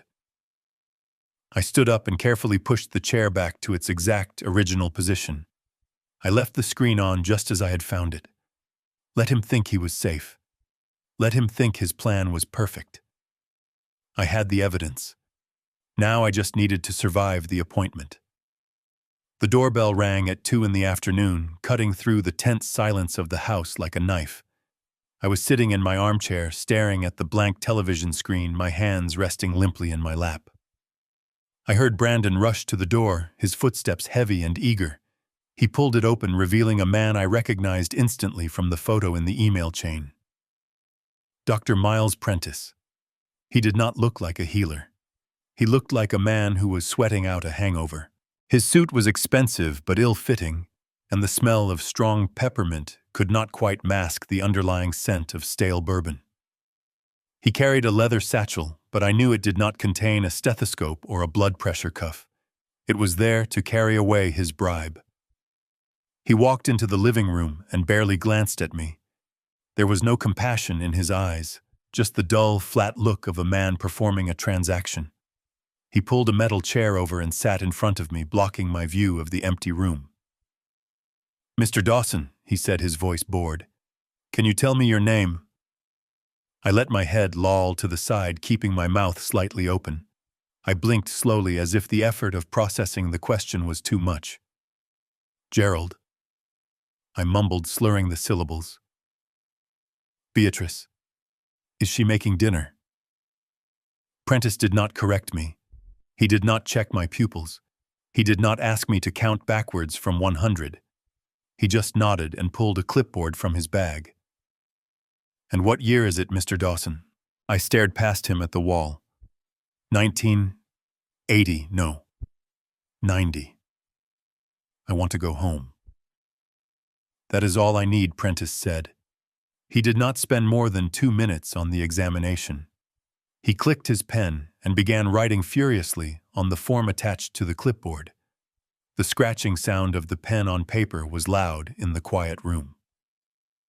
I shifted slightly in my chair, angling my chest, so the button camera could capture exactly what he was writing. I watched the ink form the words: severe dementia, cognitive decline, unable to care for self, immediate guardianship recommended. He checked the box marked total incapacity. It was a lie that would strip me of my rights, my freedom, and my dignity. It was a death sentence signed in blue ink. Prentice tore the top sheet off the pad and stood up, handing it to Brandon, who was hovering nearby like a vulture. "Here you go," Prentice said. "It is official. He is mentally incompetent. You have full legal authority to manage his assets and medical decisions effective immediately. Just file this with the clerk tomorrow." Brandon snatched the paper from his hand. He stared at it, his eyes widening with a mix of relief and pure, unadulterated greed. He did not look at his father, who he had just legally erased. He looked at the paper as if it were a check for $1 million. "Done," he whispered, his voice trembling with excitement. "It is finally done." He turned to Monica, who was leaning against the doorframe, still pale from the laxatives, but smiling now. "We have the power," he said, holding the paper up. "We can sell the house. We can access the accounts. We are saved." He looked back at me and the smile turned cruel. "You should have just signed when I asked you to, Dad," he said. "Now you do not have a choice. Now you are just a problem we have solved." I sat there staring blankly while the camera recorded his victory lap. He thought he held my life in his hands. He did not realize he was holding the evidence that would put him behind bars for 20 years. "Enjoy it, son," I thought. "Enjoy the win. It is the last one you will ever have." I stood by the living room window, watching Brandon adjust his tie in the reflection of the car window. He was wearing his best navy suit, the one Beatrice and I had bought him for his first job interview 10 years ago. He looked sharp. He looked professional. He looked like a grieving son stepping up to take responsibility for his ailing father. He patted the breast pocket of his jacket, where the fraudulent medical report sat folded like a sacred text. He smiled at his reflection, a quick, sharp baring of teeth that had nothing to do with joy and everything to do with survival. Then he got into the car and backed out of the driveway, tires crunching on the gravel. I could have stopped him. I could have run out the door, waving my arms and screaming that he was a liar. I could have called the police right then and reported the forgery in his home office. If I had done that, he might have been arrested. He might have faced charges for forgery or elder abuse. He probably would have gotten a good lawyer, pleaded it down to a misdemeanor, and walked away with probation and a heavy fine. He would have been free to hurt someone else, free to start over. But I did not want him to start over. I wanted him finished. I watched the car disappear around the corner and felt a cold, dark satisfaction settle in my chest. By letting him drive to the courthouse, I was allowing him to cross a line from which there was no return. The moment he walked up to that clerk's window, the moment he handed that falsified document to a government official and swore under oath that it was genuine, the nature of his crime changed. It was no longer a domestic dispute. It was no longer a family matter. It was judicial fraud. It was perjury. It was a federal felony that carried a mandatory minimum sentence in a federal penitentiary. He thought he was driving toward his salvation. He thought that piece of paper was the key to the bank vault that would pay off his debts and save his life. He had no idea he was hand-delivering his own death warrant to the state. He was driving himself to prison. I waited 20 minutes, giving him enough time to reach the downtown district and find parking. I imagined him standing in line, checking his watch, sweating slightly, as he rehearsed his lines about his poor, senile father. I imagined the stamp coming down on the paper, the loud thud of bureaucracy sealing his fate. I reached into my pocket and pulled out the encrypted phone. My thumb hovered over Kowalski's contact. I pictured the trap snapping shut, the steel jaws closing around my son's ankle. I felt a pang of sorrow, a ghost of the love I once had for the boy he used to be. But then I remembered the yellow pills. I remembered the locked fridge. I remembered Beatrice. I pressed the call button. Kowalski picked up on the first ring. "He is inside the courthouse," I said, my voice steady and devoid of emotion. "He has the papers." "Copy that," Kowalski replied. "We have an agent in the clerk's office. We are logging the filing as we speak. We will let the ink dry before we move." "The fish has taken the bait," I whispered, looking out at the empty driveway. "Reel him in." The front door slammed with enough force to rattle the pictures on the hallway walls. I was in my bedroom, sitting on the edge of the mattress, with the encrypted tablet resting on my knees. I did not need to see Brandon's face to know that the trip to the courthouse had not gone according to plan. The heavy thud of his footsteps stomping into the living room told me everything. He was not walking like a man who had won. He was walking like a man running out of time. I tapped the screen to activate the audio feed from the kitchen. The sounds of cabinets being slammed open and shut echoed through the speakers. 3 days, Brandon screamed, his voice raw with frustration. "The clerk said it takes 72 hours to process a guardianship request. 72 hours, Monica. We do not have 3 days. The loan shark wants his money by Friday noon. If I do not have the cash, they are going to break my legs, and then they are going to come for you." I heard the sound of glass shattering. He must have thrown a cup against the wall. "Calm down, Brandon," Monica said, her voice tight and trembling. "Panicking is not going to help. We just need to stall them." "We cannot stall them," he shouted. "They are not a bank. They are animals. They want the money or they want blood." There was a long silence, a silence that felt heavier than the shouting. I leaned in closer to the tablet, my breath catching in my throat. "Then we cannot wait for the courts," Monica whispered. Her voice was so low I had to turn the volume up to hear it. "If the legal route is too slow, we have to take the shortcut." "What shortcut?" Brandon asked. "If he dies." Monica said, her tone flat and devoid of emotion. "The estate transfers to you automatically. No waiting for guardianship. No judges. No clerks. Just a death certificate and a payout." I froze. My blood turned to ice. They had discussed letting me die slowly from the pills, but this was different. This was immediate. How Brandon asked. "The poison takes too long. We need it to happen tonight." "Accidents happen," Monica replied, "especially to clumsy old men with dementia." "The stairs, Brandon. The stairs are steep. If he were to slip at the top, if he were to fall all the way down, nobody would question it. A broken neck is a tragedy, not a crime." I stared at the tablet, horror washing over me in waves. My son and his wife were not just thieves. They were conspiring to murder me with their bare hands.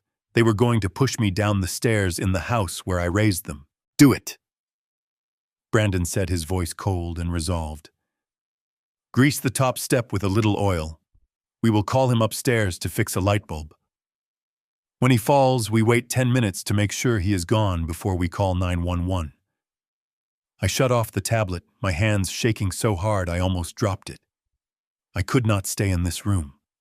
I could not wait for them to come for me. If I stayed passive, I would be dead before sunrise. I had to change the narrative. I had to give them a carrot so big they would forget about the stick. I had to trigger the trap now. I stood up and splashed water on my face. I needed to look excited, not terrified. I needed to sell the lie of a lifetime. I was going to offer them the one thing they wanted more than my death. A pile of cash. The open house plan had to happen tomorrow. It was the only way to get the police inside the door before I went out in a body bag. I opened the bedroom door and stepped out onto the landing. The hallway smelled sharply of lemon polish. I looked down the staircase and saw Monica kneeling on the third step. She was scrubbing the wood vigorously with a rag soaked in oil. She was not cleaning.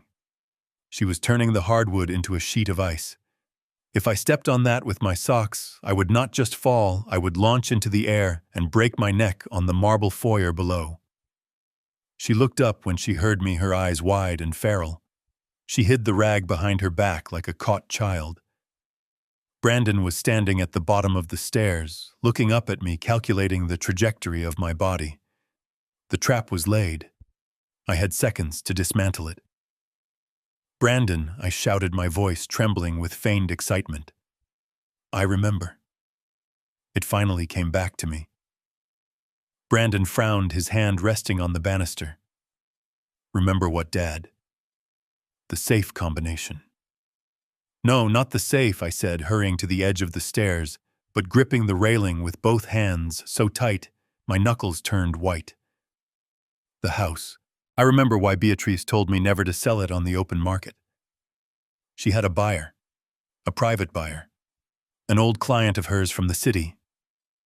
Brandon rolled his eyes, losing interest. He took a step up the stairs. "Dad, go back to bed. We are busy." "He offered $2 million, I blurted out.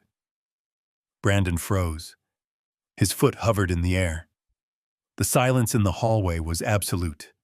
He looked up at me and I saw the numbers scrolling behind his eyes. 2 million. It was more than double what the house was worth. It was enough to pay off the loan shark instantly and leave him a millionaire. "What did you say?" he whispered. "Mr. Sterling," I said, inventing the name on the spot. "He is a venture capitalist. He loved the architecture. He told Beatrice he would pay 2 million cash for the property whenever we were ready to sell. He gave her a card. I put it in the kitchen drawer. He said he could close in 24 hours.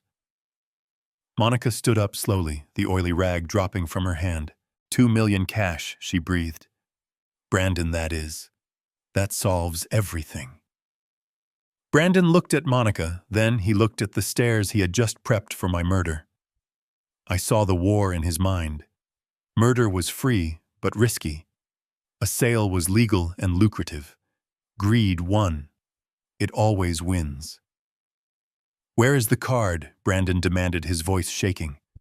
"I think I saw it in the junk drawer," I said. I called the number in my head earlier. "I think he is still in town." Brandon turned to Monica, snapping his fingers. "Clean the stairs. Wipe off the oil. Make them dry, now. We are not killing him today, not if he is sitting on a gold mine." He looked up at me, a terrifying smile plastering onto his face. "Good job, Dad. You finally did something right. Call this Mr. Sterling. Tell him to come tomorrow. Tell him we are ready to deal." I nodded, retreating back into my room. I sat on the bed and exhaled a breath I felt like I had been holding for an hour. They took the bait. They thought Mr. Sterling was a wealthy investor coming to save their lives. They had no idea that the man coming to the door tomorrow was not a buyer. He was a senior field agent for the FBI, and he was bringing a purchase agreement that came with handcuffs. The house was not going to be sold. It was going to be a crime scene. The house was vibrating. It was not shaking from the wind outside or the settling of the foundation, but from the manic energy of greed that had infected every room. I lay in bed with the lights off, clutching a framed photograph of Beatrice against my chest. The glass was cool against my skin, but the face smiling back at me was warm. It was a picture from our 40th anniversary, taken just 2 months before the poison started to do its work. She looked happy. She looked safe. I ran my thumb over her cheek, feeling a fresh wave of grief crash over me. I had failed to protect her when she was alive. I had been blind to the viper we had raised in our own home, but I would not fail her now. Outside my door, the sounds of frantic activity echoed through the hallway. Brandon and Monica were not sleeping. They were scrubbing the house from top to bottom, preparing it for the fictional Mr. Sterling. I heard the aggressive hum of the vacuum cleaner moving back and forth over the rug in the living room. I heard the clinking of silverware as Monica polished the good set, the one Beatrice only brought out for Christmas. It was grotesque. Just hours ago, they had been oiling the stairs to break my neck. Now they were polishing the banister to impress a buyer who did not exist. I heard the pop of a cork, followed by the fizzy sound of champagne being poured into glasses. They were celebrating. They were toasting to their good fortune. I could hear their muffled voices drifting through the wall. "We are going to be rich, babe," Brandon said, his voice slurring slightly with intoxication. $2 million cash. We pay off the shark, we buy a new car, and we put the old man in the cheapest state facility we can find. We are finally free." "You were right," Monica giggled. "We just had to wait him out. He is so stupid. He thinks this buyer is his friend. He has no idea he is signing his own eviction notice." I gripped the photo frame tighter until my knuckles turned white. They were drinking champagne in the house my wife built on a foundation of love and hard work, while plotting to discard me like trash. Their arrogance was suffocating. They truly believed they had won. They thought the nightmare was over, but they did not know that the dawn was bringing a reckoning. I whispered into the darkness, my voice barely audible over the hum of the vacuum. "I am sorry, Beatrice. I am sorry it has to end like this. But I promise you, tomorrow I will balance the ledger. Tomorrow they will pay for every single milligram of poison." I closed my eyes, but sleep was impossible. The air in the room felt charged with electricity. It was the heavy, oppressive atmosphere that comes before a tornado touches down. Every second that ticked by on the bedside clock was a countdown. In 12 hours, the doorbell would ring. In 12 hours, the lies would shatter. In 12 hours, I would either be a free man or a dead one. I stared at the ceiling, listening to my son laugh in the next room. And I waited for the sun to rise on Judgment Day. The morning sunlight hit the freshly polished hardwood floors, blindingly bright, as if the house itself was trying to hide the darkness that had festered inside it for weeks. I sat in the corner of the living room, strapped into a wheelchair that I did not need. Brandon had insisted on it. He said it made me look more sympathetic, more like a beloved patriarch who needed care rather than a prisoner in his own home. He adjusted my collar, his hands lingering near my throat for a second too long, before smoothing down his own silk tie. He looked the part of the devoted son perfectly. He was sweating, though. A thin sheen of perspiration on his forehead betrayed the panic of a man who was millions of dollars in debt and minutes away from salvation. At exactly 10 o'clock, a sleek black town car pulled into the driveway. It was long, intimidating, and screamed money. My heart hammered against the hidden camera on my chest. This was it. 2 figures stepped out. Mr. Sterling, a tall man with silver hair and a suit that cost more than my car, and his wife, a sharp-eyed woman holding a designer clutch. They were not investors. They were senior agents Miller and Hayes from the FBI's white-collar crimes division, but to Brandon, they were walking ATMs. Brandon threw the door open, his smile stretching so wide it looked painful. "Welcome," he boomed, his voice oozing charm. "Please come in. We are so honored you could make it on such short notice. Monica appeared from the kitchen with a tray of crystal flutes filled with sparkling cider. She offered them to the guests, her hand shaking, ever so slightly. She was playing the role of the gracious hostess, the grief-stricken daughter-in-law trying to do right by the family. Mr. Sterling looked around the room, his eyes scanning the space with a professional detachment that Brandon mistook for appraisal. "It is a beautiful property," Sterling said, his voice deep and authoritative. "Why are you selling in such a rush, if I may ask?" Brandon sighed, a practiced sound of sorrow. He walked over and placed a hand on my shoulder, squeezing hard enough to bruise. "It is for Dad. Since Mom passed, his health has declined rapidly. The dementia is aggressive. We found a specialized clinic in Switzerland that offers experimental treatment. It is expensive, very expensive, but we want the best for him. We are selling the house to fund his recovery." I stared at the floor, biting my tongue until I tasted copper. Switzerland. He was going to throw me into a state facility with a fake diagnosis and let me rot, but he painted it as a noble sacrifice.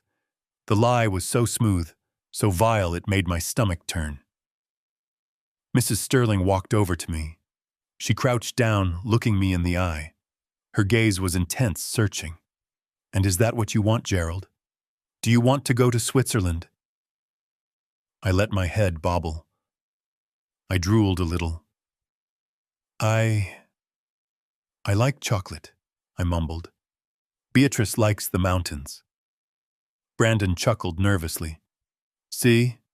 He is confused. He thinks Mom is still here." Sterling nodded, setting his glass down on the coaster. "I have seen enough. The location is prime. The structure is sound. And I appreciate a man who looks after his father. I am prepared to make the offer we discussed. $2 million. Cash transfer. Today." Brandon and Monica exchanged a look of pure, electrified ecstasy. They were trembling. They had done it. They had gotten away with murder, and now they were getting paid for it. "Excellent," Brandon breathed. "I have the deed right here. I have power of attorney. I can sign for him." Sterling held up a hand. "Not so fast. My legal team is very particular about asset transfers involving seniors with health issues. I cannot accept a signature based on a power of attorney that hasn't been vetted. I need Gerald to sign." But he is incompetent," Brandon stammered. "He seems lucid enough to hold a pen," Sterling said coldly. "I have a notary waiting in the car. Bring him in.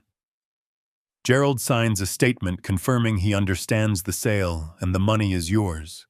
If not, I walk." Brandon looked at me. He looked at the $2 million vanishing out the door. He leaned down to my ear, his voice a hiss of pure venom. "You are going to sign that paper, Dad. You are going to sign it, or you will wish you had fallen down those stairs yesterday." Brandon gripped the handles of my wheelchair and shoved me forward, his knuckles white with tension. The rubber wheels squeaked against the polished hardwood floor, a sound that seemed to scream in the sudden silence of the room. He parked me right at the head of the heavy oak dining table, directly across from Mr. Sterling and the man introduced as the notary. The notary was a small, bespectacled man with a briefcase, but I knew better. I had seen his face in the dossier Thorne showed me. He was an ex-Marine turned forensic accountant, and he was currently wearing a wire tap that was broadcasting every sound in this room to a van parked down the street. Brandon leaned down, pretending to adjust the blanket on my lap. His breath was hot against my ear, smelling of stale coffee and fear. He smiled for the guests, but his words were a serrated knife whispered only for me. "Listen to me, old man," he hissed, his voice barely audible. "You pick up that pen and you sign your name. If you hesitate, if you drop the act for even 1 second, I will kill you right here. I do not care about the money anymore. I will snap your neck before the police can even get through the door. Do you understand me?" I looked up at him, my eyes wide with a fear that I did not have to fake. He meant it. The desperation in his eyes was bottomless. He was a drowning man willing to pull anyone down with him to stay afloat. I shifted my gaze to Monica.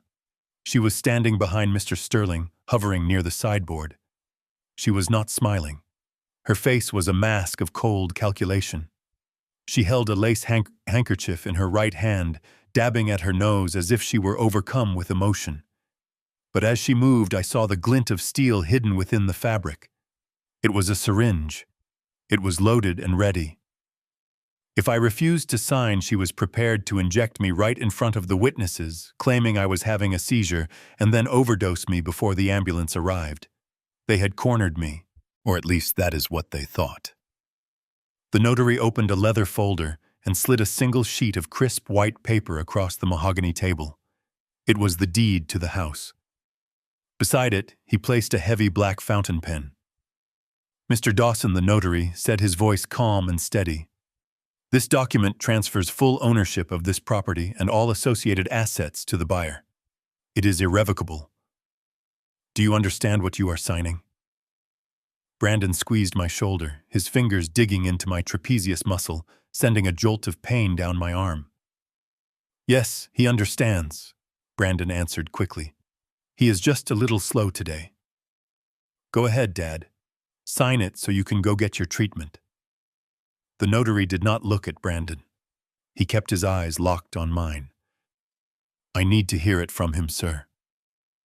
Mr. Dawson, are you signing this document of your own free will? Are you under any duress? The room went dead silent. The only sound was the ticking of the grandfather clock in the hallway, counting down the seconds of my son's freedom. I reached out a trembling hand and picked up the pen. It felt heavy, cold, and solid. I looked at the paper, then at Brandon, then at the syringe hidden in Monica's hand. I let my hand shake violently, the pen hovering over the signature line. Brandon stopped breathing. He was leaning forward, his entire future hanging on the tip of that pen. I pressed the nib to the paper. I took a deep breath, and then I stopped. The tip of the pen rested on the paper, a small black dot of ink bleeding into the white fiber like a bullet hole. I held it there, feeling the vibration of Brandon's anxiety radiating off him like heat from a furnace. He was so close I could hear the wet, ragged sound of his breathing. He was counting the zeros in his head. He was already spending the money. He was already celebrating my demise. I let the silence stretch. 1 second, 2 seconds, 3. It became heavy, oppressive, filling the room until it was almost hard to breathe. Brandon nudged my shoulder, a sharp, painful jab. Sign it, he hissed, his voice a desperate thread of sound. Sign it now, or I swear to God. That was the moment. That was the exact second when the confused, frail, trembling old man they had created ceased to exist. I stopped shaking. It was instantaneous. The violent tremors that had racked my body for days, the palsy I had faked with such exhausting precision, simply vanished. My hand became as steady as granite. I lifted the heavy fountain pen from the paper, not with the weakness of age, but with the deliberate, controlled movement of an engineer. I set it down on the mahogany table. The sharp click of the plastic hitting the wood echoed like a gunshot in the silent room. I took a deep breath, filling my lungs with air that tasted for the first time in weeks like freedom. I gripped the armrests of the wheelchair. I did not struggle. I did not groan in pain. I pushed myself up, rising smoothly and powerfully to my full height of 6 feet. I rolled my shoulders back, hearing the satisfying pop of my joints as I shed the hunch of the victim. I stood there, towering over my son, casting a long shadow across the table. Brandon stumbled back a step, his shoes scuffing on the floor. His mouth fell open, his jaw going slack. He blinked rapidly, his brain misfiring, unable to comprehend the visual data in front of him. The invalid he had bullied, starved, and threatened was gone. In his place stood the father who had raised him strong and unbroken. Dad. Brandon whispered the word, coming out as a strangled squeak. What What are you doing? Sit down. You are confused. You are making a scene. I reached up and grabbed the thick, smudged reading glasses off my face. I looked at them for a split second, the symbol of my enforced blindness, of my humiliation. Then I threw them. I tossed them onto the table with a violent flick of my wrist. They skidded across the polished wood and spun to a stop right in front of the notary. I turned my head slowly, locking eyes with my son. I did not blink. I let him see the cold, hard fire burning in my pupils. There was no dementia there. There was no fog. There was only judgment. I am not confused, Brandon, I said. My voice was low, steady, and resonant, filling the room with a command that made him shrink against the wall. And I am not sitting down. Not ever again. I took a step toward him. He flinched as if I had raised a hand to strike him. I gestured to the deed lying unsigned on the table. You want me to sign that? I asked, my tone dripping with a calm, terrifying rage. You want me to give you everything? You think you have won? You think you have outsmarted the old man? I paused, looking past him to Monica. She had frozen near the sideboard. The handkerchief in her hand had dropped to the floor, but her hand was still clenched in a fist at her side, hiding the needle. Her face was a mask of pure, unadulterated shock. She looked like a deer staring into the headlights of a semi-truck. I looked back at Brandon. I will not sign that paper, I declared, every word a hammer blow, because I do not make deals with monsters. And I certainly do not sell my home to the people who murdered my wife. The accusation hung in the air, vibrating with energy. Brandon and Monica stood frozen, trapped in a moment of absolute cognitive dissonance. They couldn't move. They couldn't speak. The sudden shift in power was so absolute, so violent, that it had short-circuited their nervous systems. They stared at me, waiting for the punchline, waiting for the dementia to return, but all they found was the unyielding face of justice staring back.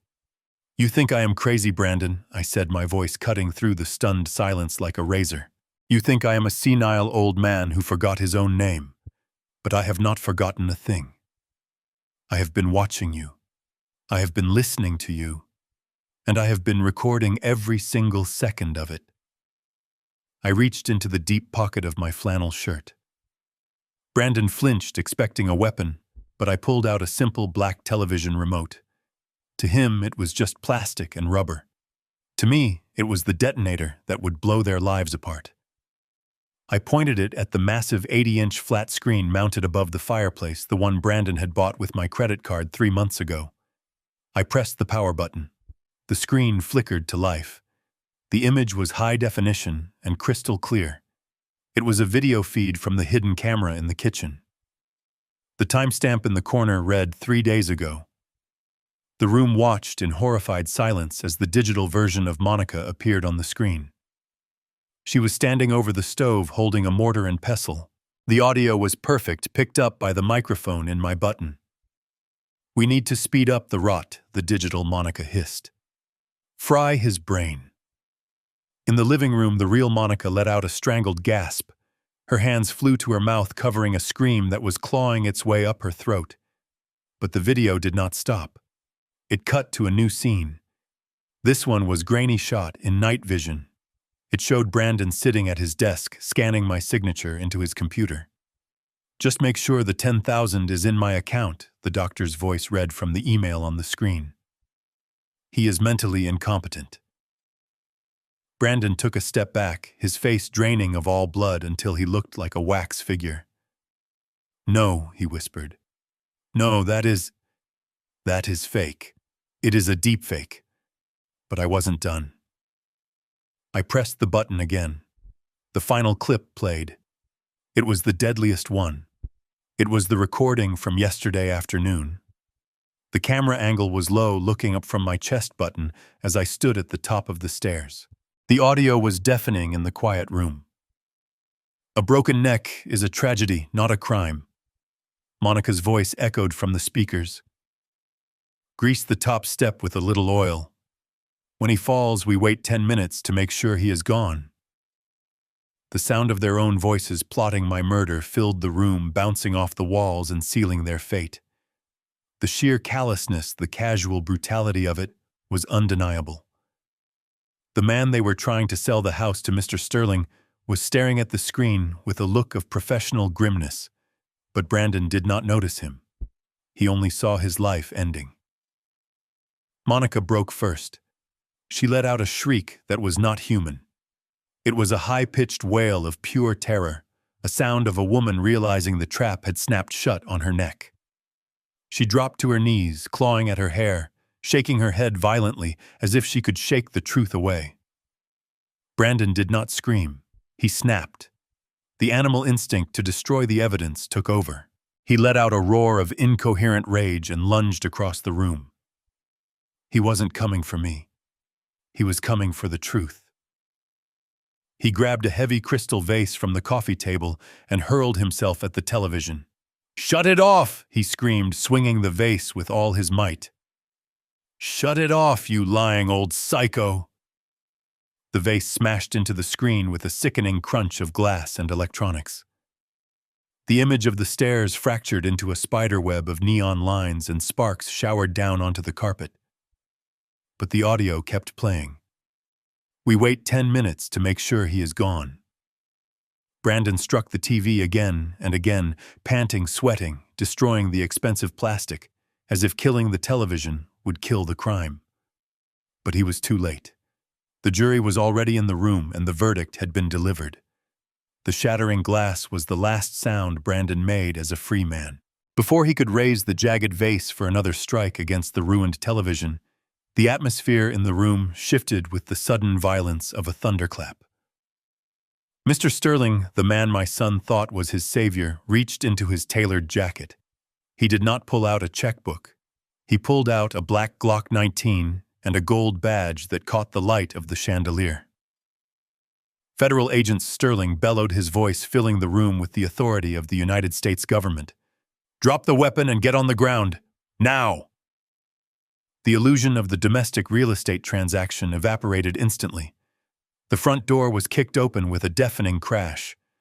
The large bay windows behind the sofa shattered inward as tactical teams in body armor poured into the living room, their rifles raised and laser sights cutting through the dust.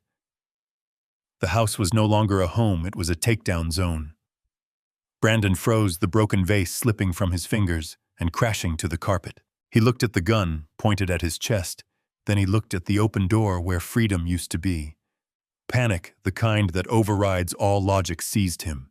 He spun around, his eyes locking onto me. He realized in that split second that I was the only leverage he had left.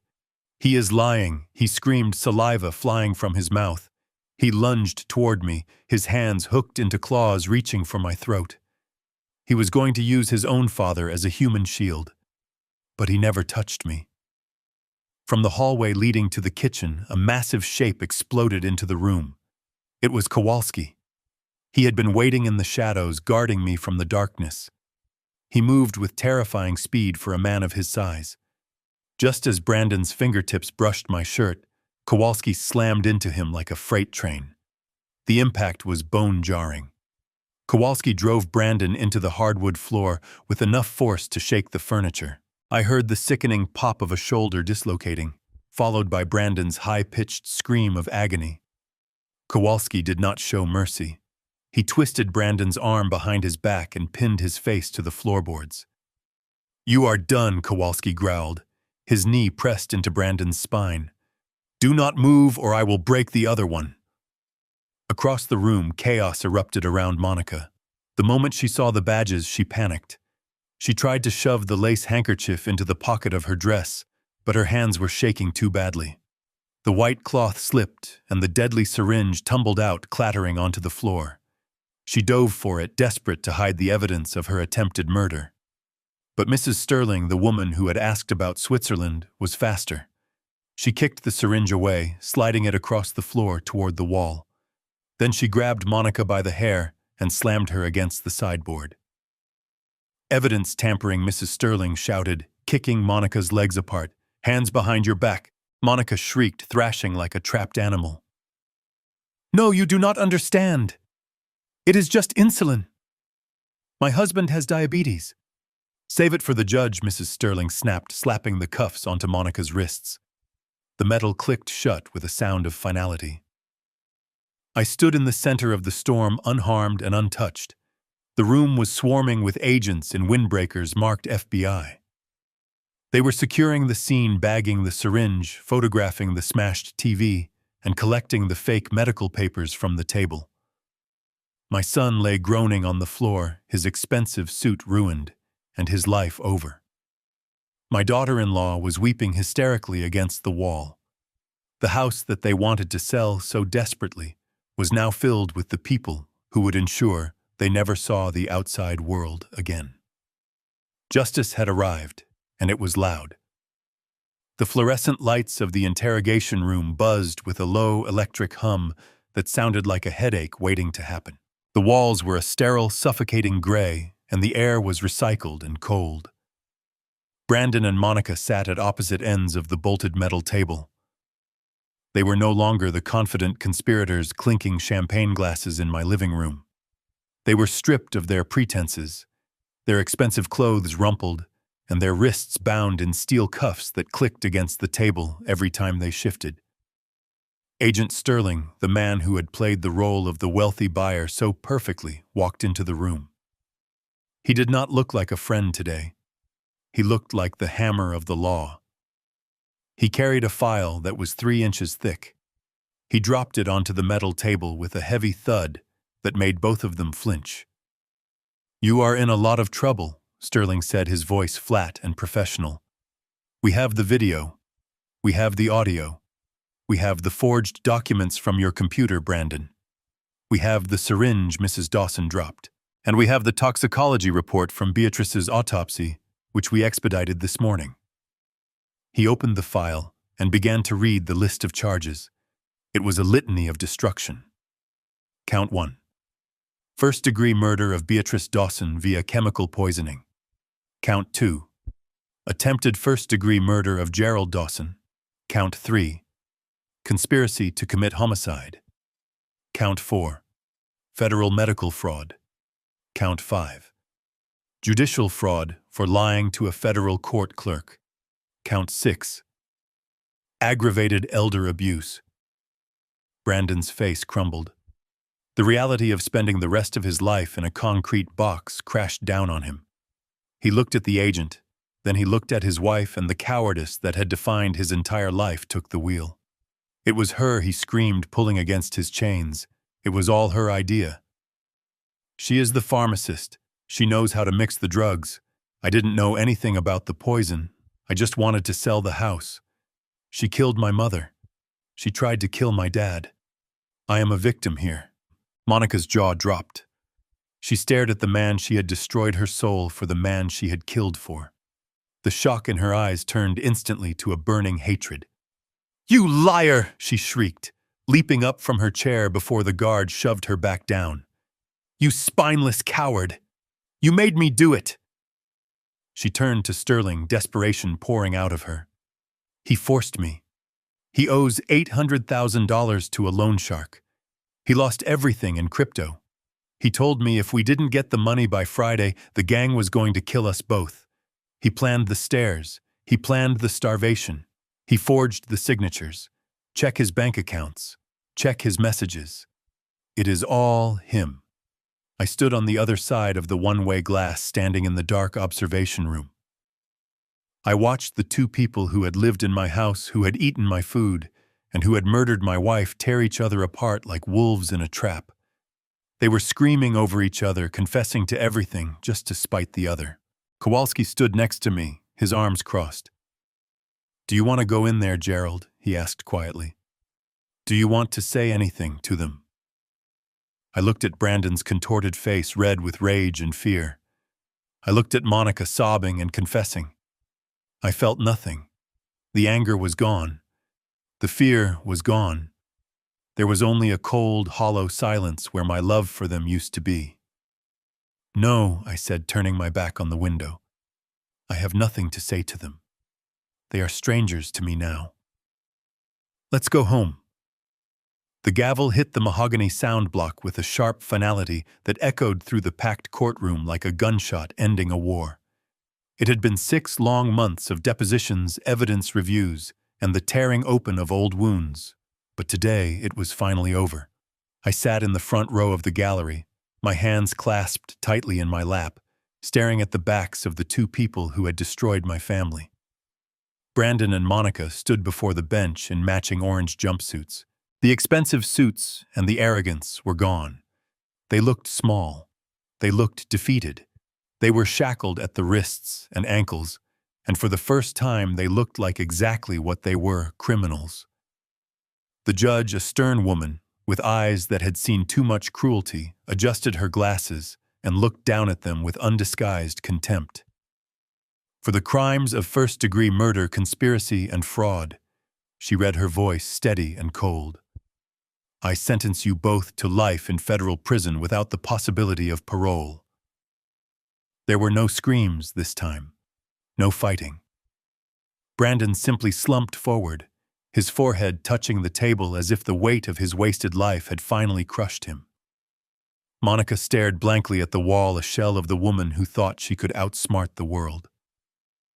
As the bailiffs hauled them away, the chains rattling on the floor, Brandon turned his head. He looked for me. He wanted one last look from his father. But I did not give it to him. I stood up and walked out of the courtroom into the bright, blinding sunlight of the city. A week later, I sat in a high-rise office overlooking the skyline. Across the desk sat the executor of Beatrice's estate. Now that the criminal trial was over, the assets could be unfrozen. The investigation had revealed something that made the tragedy even more bitter. Beatrice had not just been saving pennies. She had been a brilliant, quiet investor for 40 years. Between the house, the life insurance policies, and the stocks she had accumulated, the estate was not worth $2 million. It was worth $8 million. Brandon had killed his own mother for a gambling debt that was a fraction of what she would have left him if he had just been a good son. He had murdered the golden goose because he was too impatient to wait for the egg. The lawyer pushed a check across the polished desk. "It is all yours, Mr. Dawson," he said, smiling. "You are a very wealthy man. You can go anywhere. You can do anything." I looked at the slip of paper. It represented a lifetime of Beatrice's hard work and the terrible price of her death. I could not spend a dime of it on myself. It would feel like eating ash. I slid the check back. "I do not want it," I said softly. The lawyer blinked, confused. "I beg your pardon." "I want to file paperwork for a new corporation," I told him, my voice gaining strength. "A non-profit. It will be called the Beatrice Foundation." I leaned forward, placing my hands on the desk. "I want every cent of this money used to build safe houses. I want to fund legal aid for the elderly who are being exploited by their families. I want to create a network for victims of domestic abuse who have nowhere to run." The lawyer stared at me for a long moment. Then he nodded slowly. "That is a noble legacy, sir." "It is not a legacy," I said, standing up and walking to the window to look at the city below. "It is justice. Beatrice spent her life caring for people. I am just going to make sure she keeps doing it." I walked out of that office with empty pockets, but for the first time in a year, my heart was full. The air here tastes different. It tastes like salt and lemons and ancient stone warmed by the sun. I am sitting on the terrace of a small villa perched on the cliffs of the Amalfi Coast, looking out at the Tyrrhenian Sea. The water is a shade of blue that does not seem real, a deep, endless azure that stretches all the way to the horizon. It is quiet here. There are no sirens. There are no slamming doors. There are no hushed whispers of conspiracy floating through the heating vents. There is only the sound of the waves crashing against the rocks below, and the cry of the seagulls. Across from me at the small iron table sits a white chair. To the waiter who served me 10 minutes ago, it is empty. To the tourists walking by on the cobblestone street below, it is just a vacant spot. but to me it is occupied. I poured 2 glasses of the dark, rich Chianti, one for me and one for the empty space where my wife should be. The sunlight catches the ruby liquid in her glass, making it glow. My phone buzzed on the linen tablecloth, disrupting the peace for a brief moment. I looked at the screen. It was Thorn. I swiped to answer, bringing the device to my ear. Gerald, the voice on the other end, was gruff, but there was a warmth in it that had not been there during the mission. I just wanted to let you know. The paperwork is finalized. The first Beatrice Dawson shelter opens in Chicago next week. We are fully funded for 10 years. I smiled, feeling the skin around my eyes crinkle. Thank you, Thorn, I said, my voice steady and calm. For everything. You did good, old friend, Thorn said. You held the line. Enjoy the view. You earned it. The line went dead. I put the phone down and let the silence settle back over me like a warm blanket. I thought about the people I had left behind. Somewhere across the ocean, in a cold, gray concrete building, Brandon and Monica were waking up to the sound of buzzers and shouting guards. They were living in the hell they had tried to build for me. They had treated me like garbage, like something to be discarded and forgotten. They thought I was weak. They thought I was debris in their path to riches. But they were wrong. I was not the trash. I was the one holding the broom. And I had swept my life clean. I am an old man now. My joints ache when the humidity rises, and my hands are not as steady as they used to be. But as I sit here feeling the Italian breeze ruffle my hair, I realize that I have never felt stronger. I have no family left, but I have a legacy. I have justice. I reached out and picked up my glass. I looked at the empty chair, at the invisible woman who had given me the strength to survive the unthinkable. I could almost see her smiling back at me, her eyes twinkling with that mischievous light I missed so much. I raised the glass toward the horizon, toward the future she had made possible. Cheers, my love, I whispered, the words carried away by the wind. We did it. We won. This harrowing journey teaches us that greed is a corrosive force that rots the soul and blinds the mind. Brandon and Monica believed that youth and ruthlessness gave them the power to discard a father like yesterday's trash. They mistook silence for weakness and patience for senility. But as Gerald proved, dignity and justice are not determined by age. The true measure of a person is not what they take, but what they leave behind. While wickedness may sprint to an early lead, truth runs a marathon, and in the end it is the only thing left standing. If you believe that justice was finally served for Gerald and Beatrice, please like and share this story to spread the message.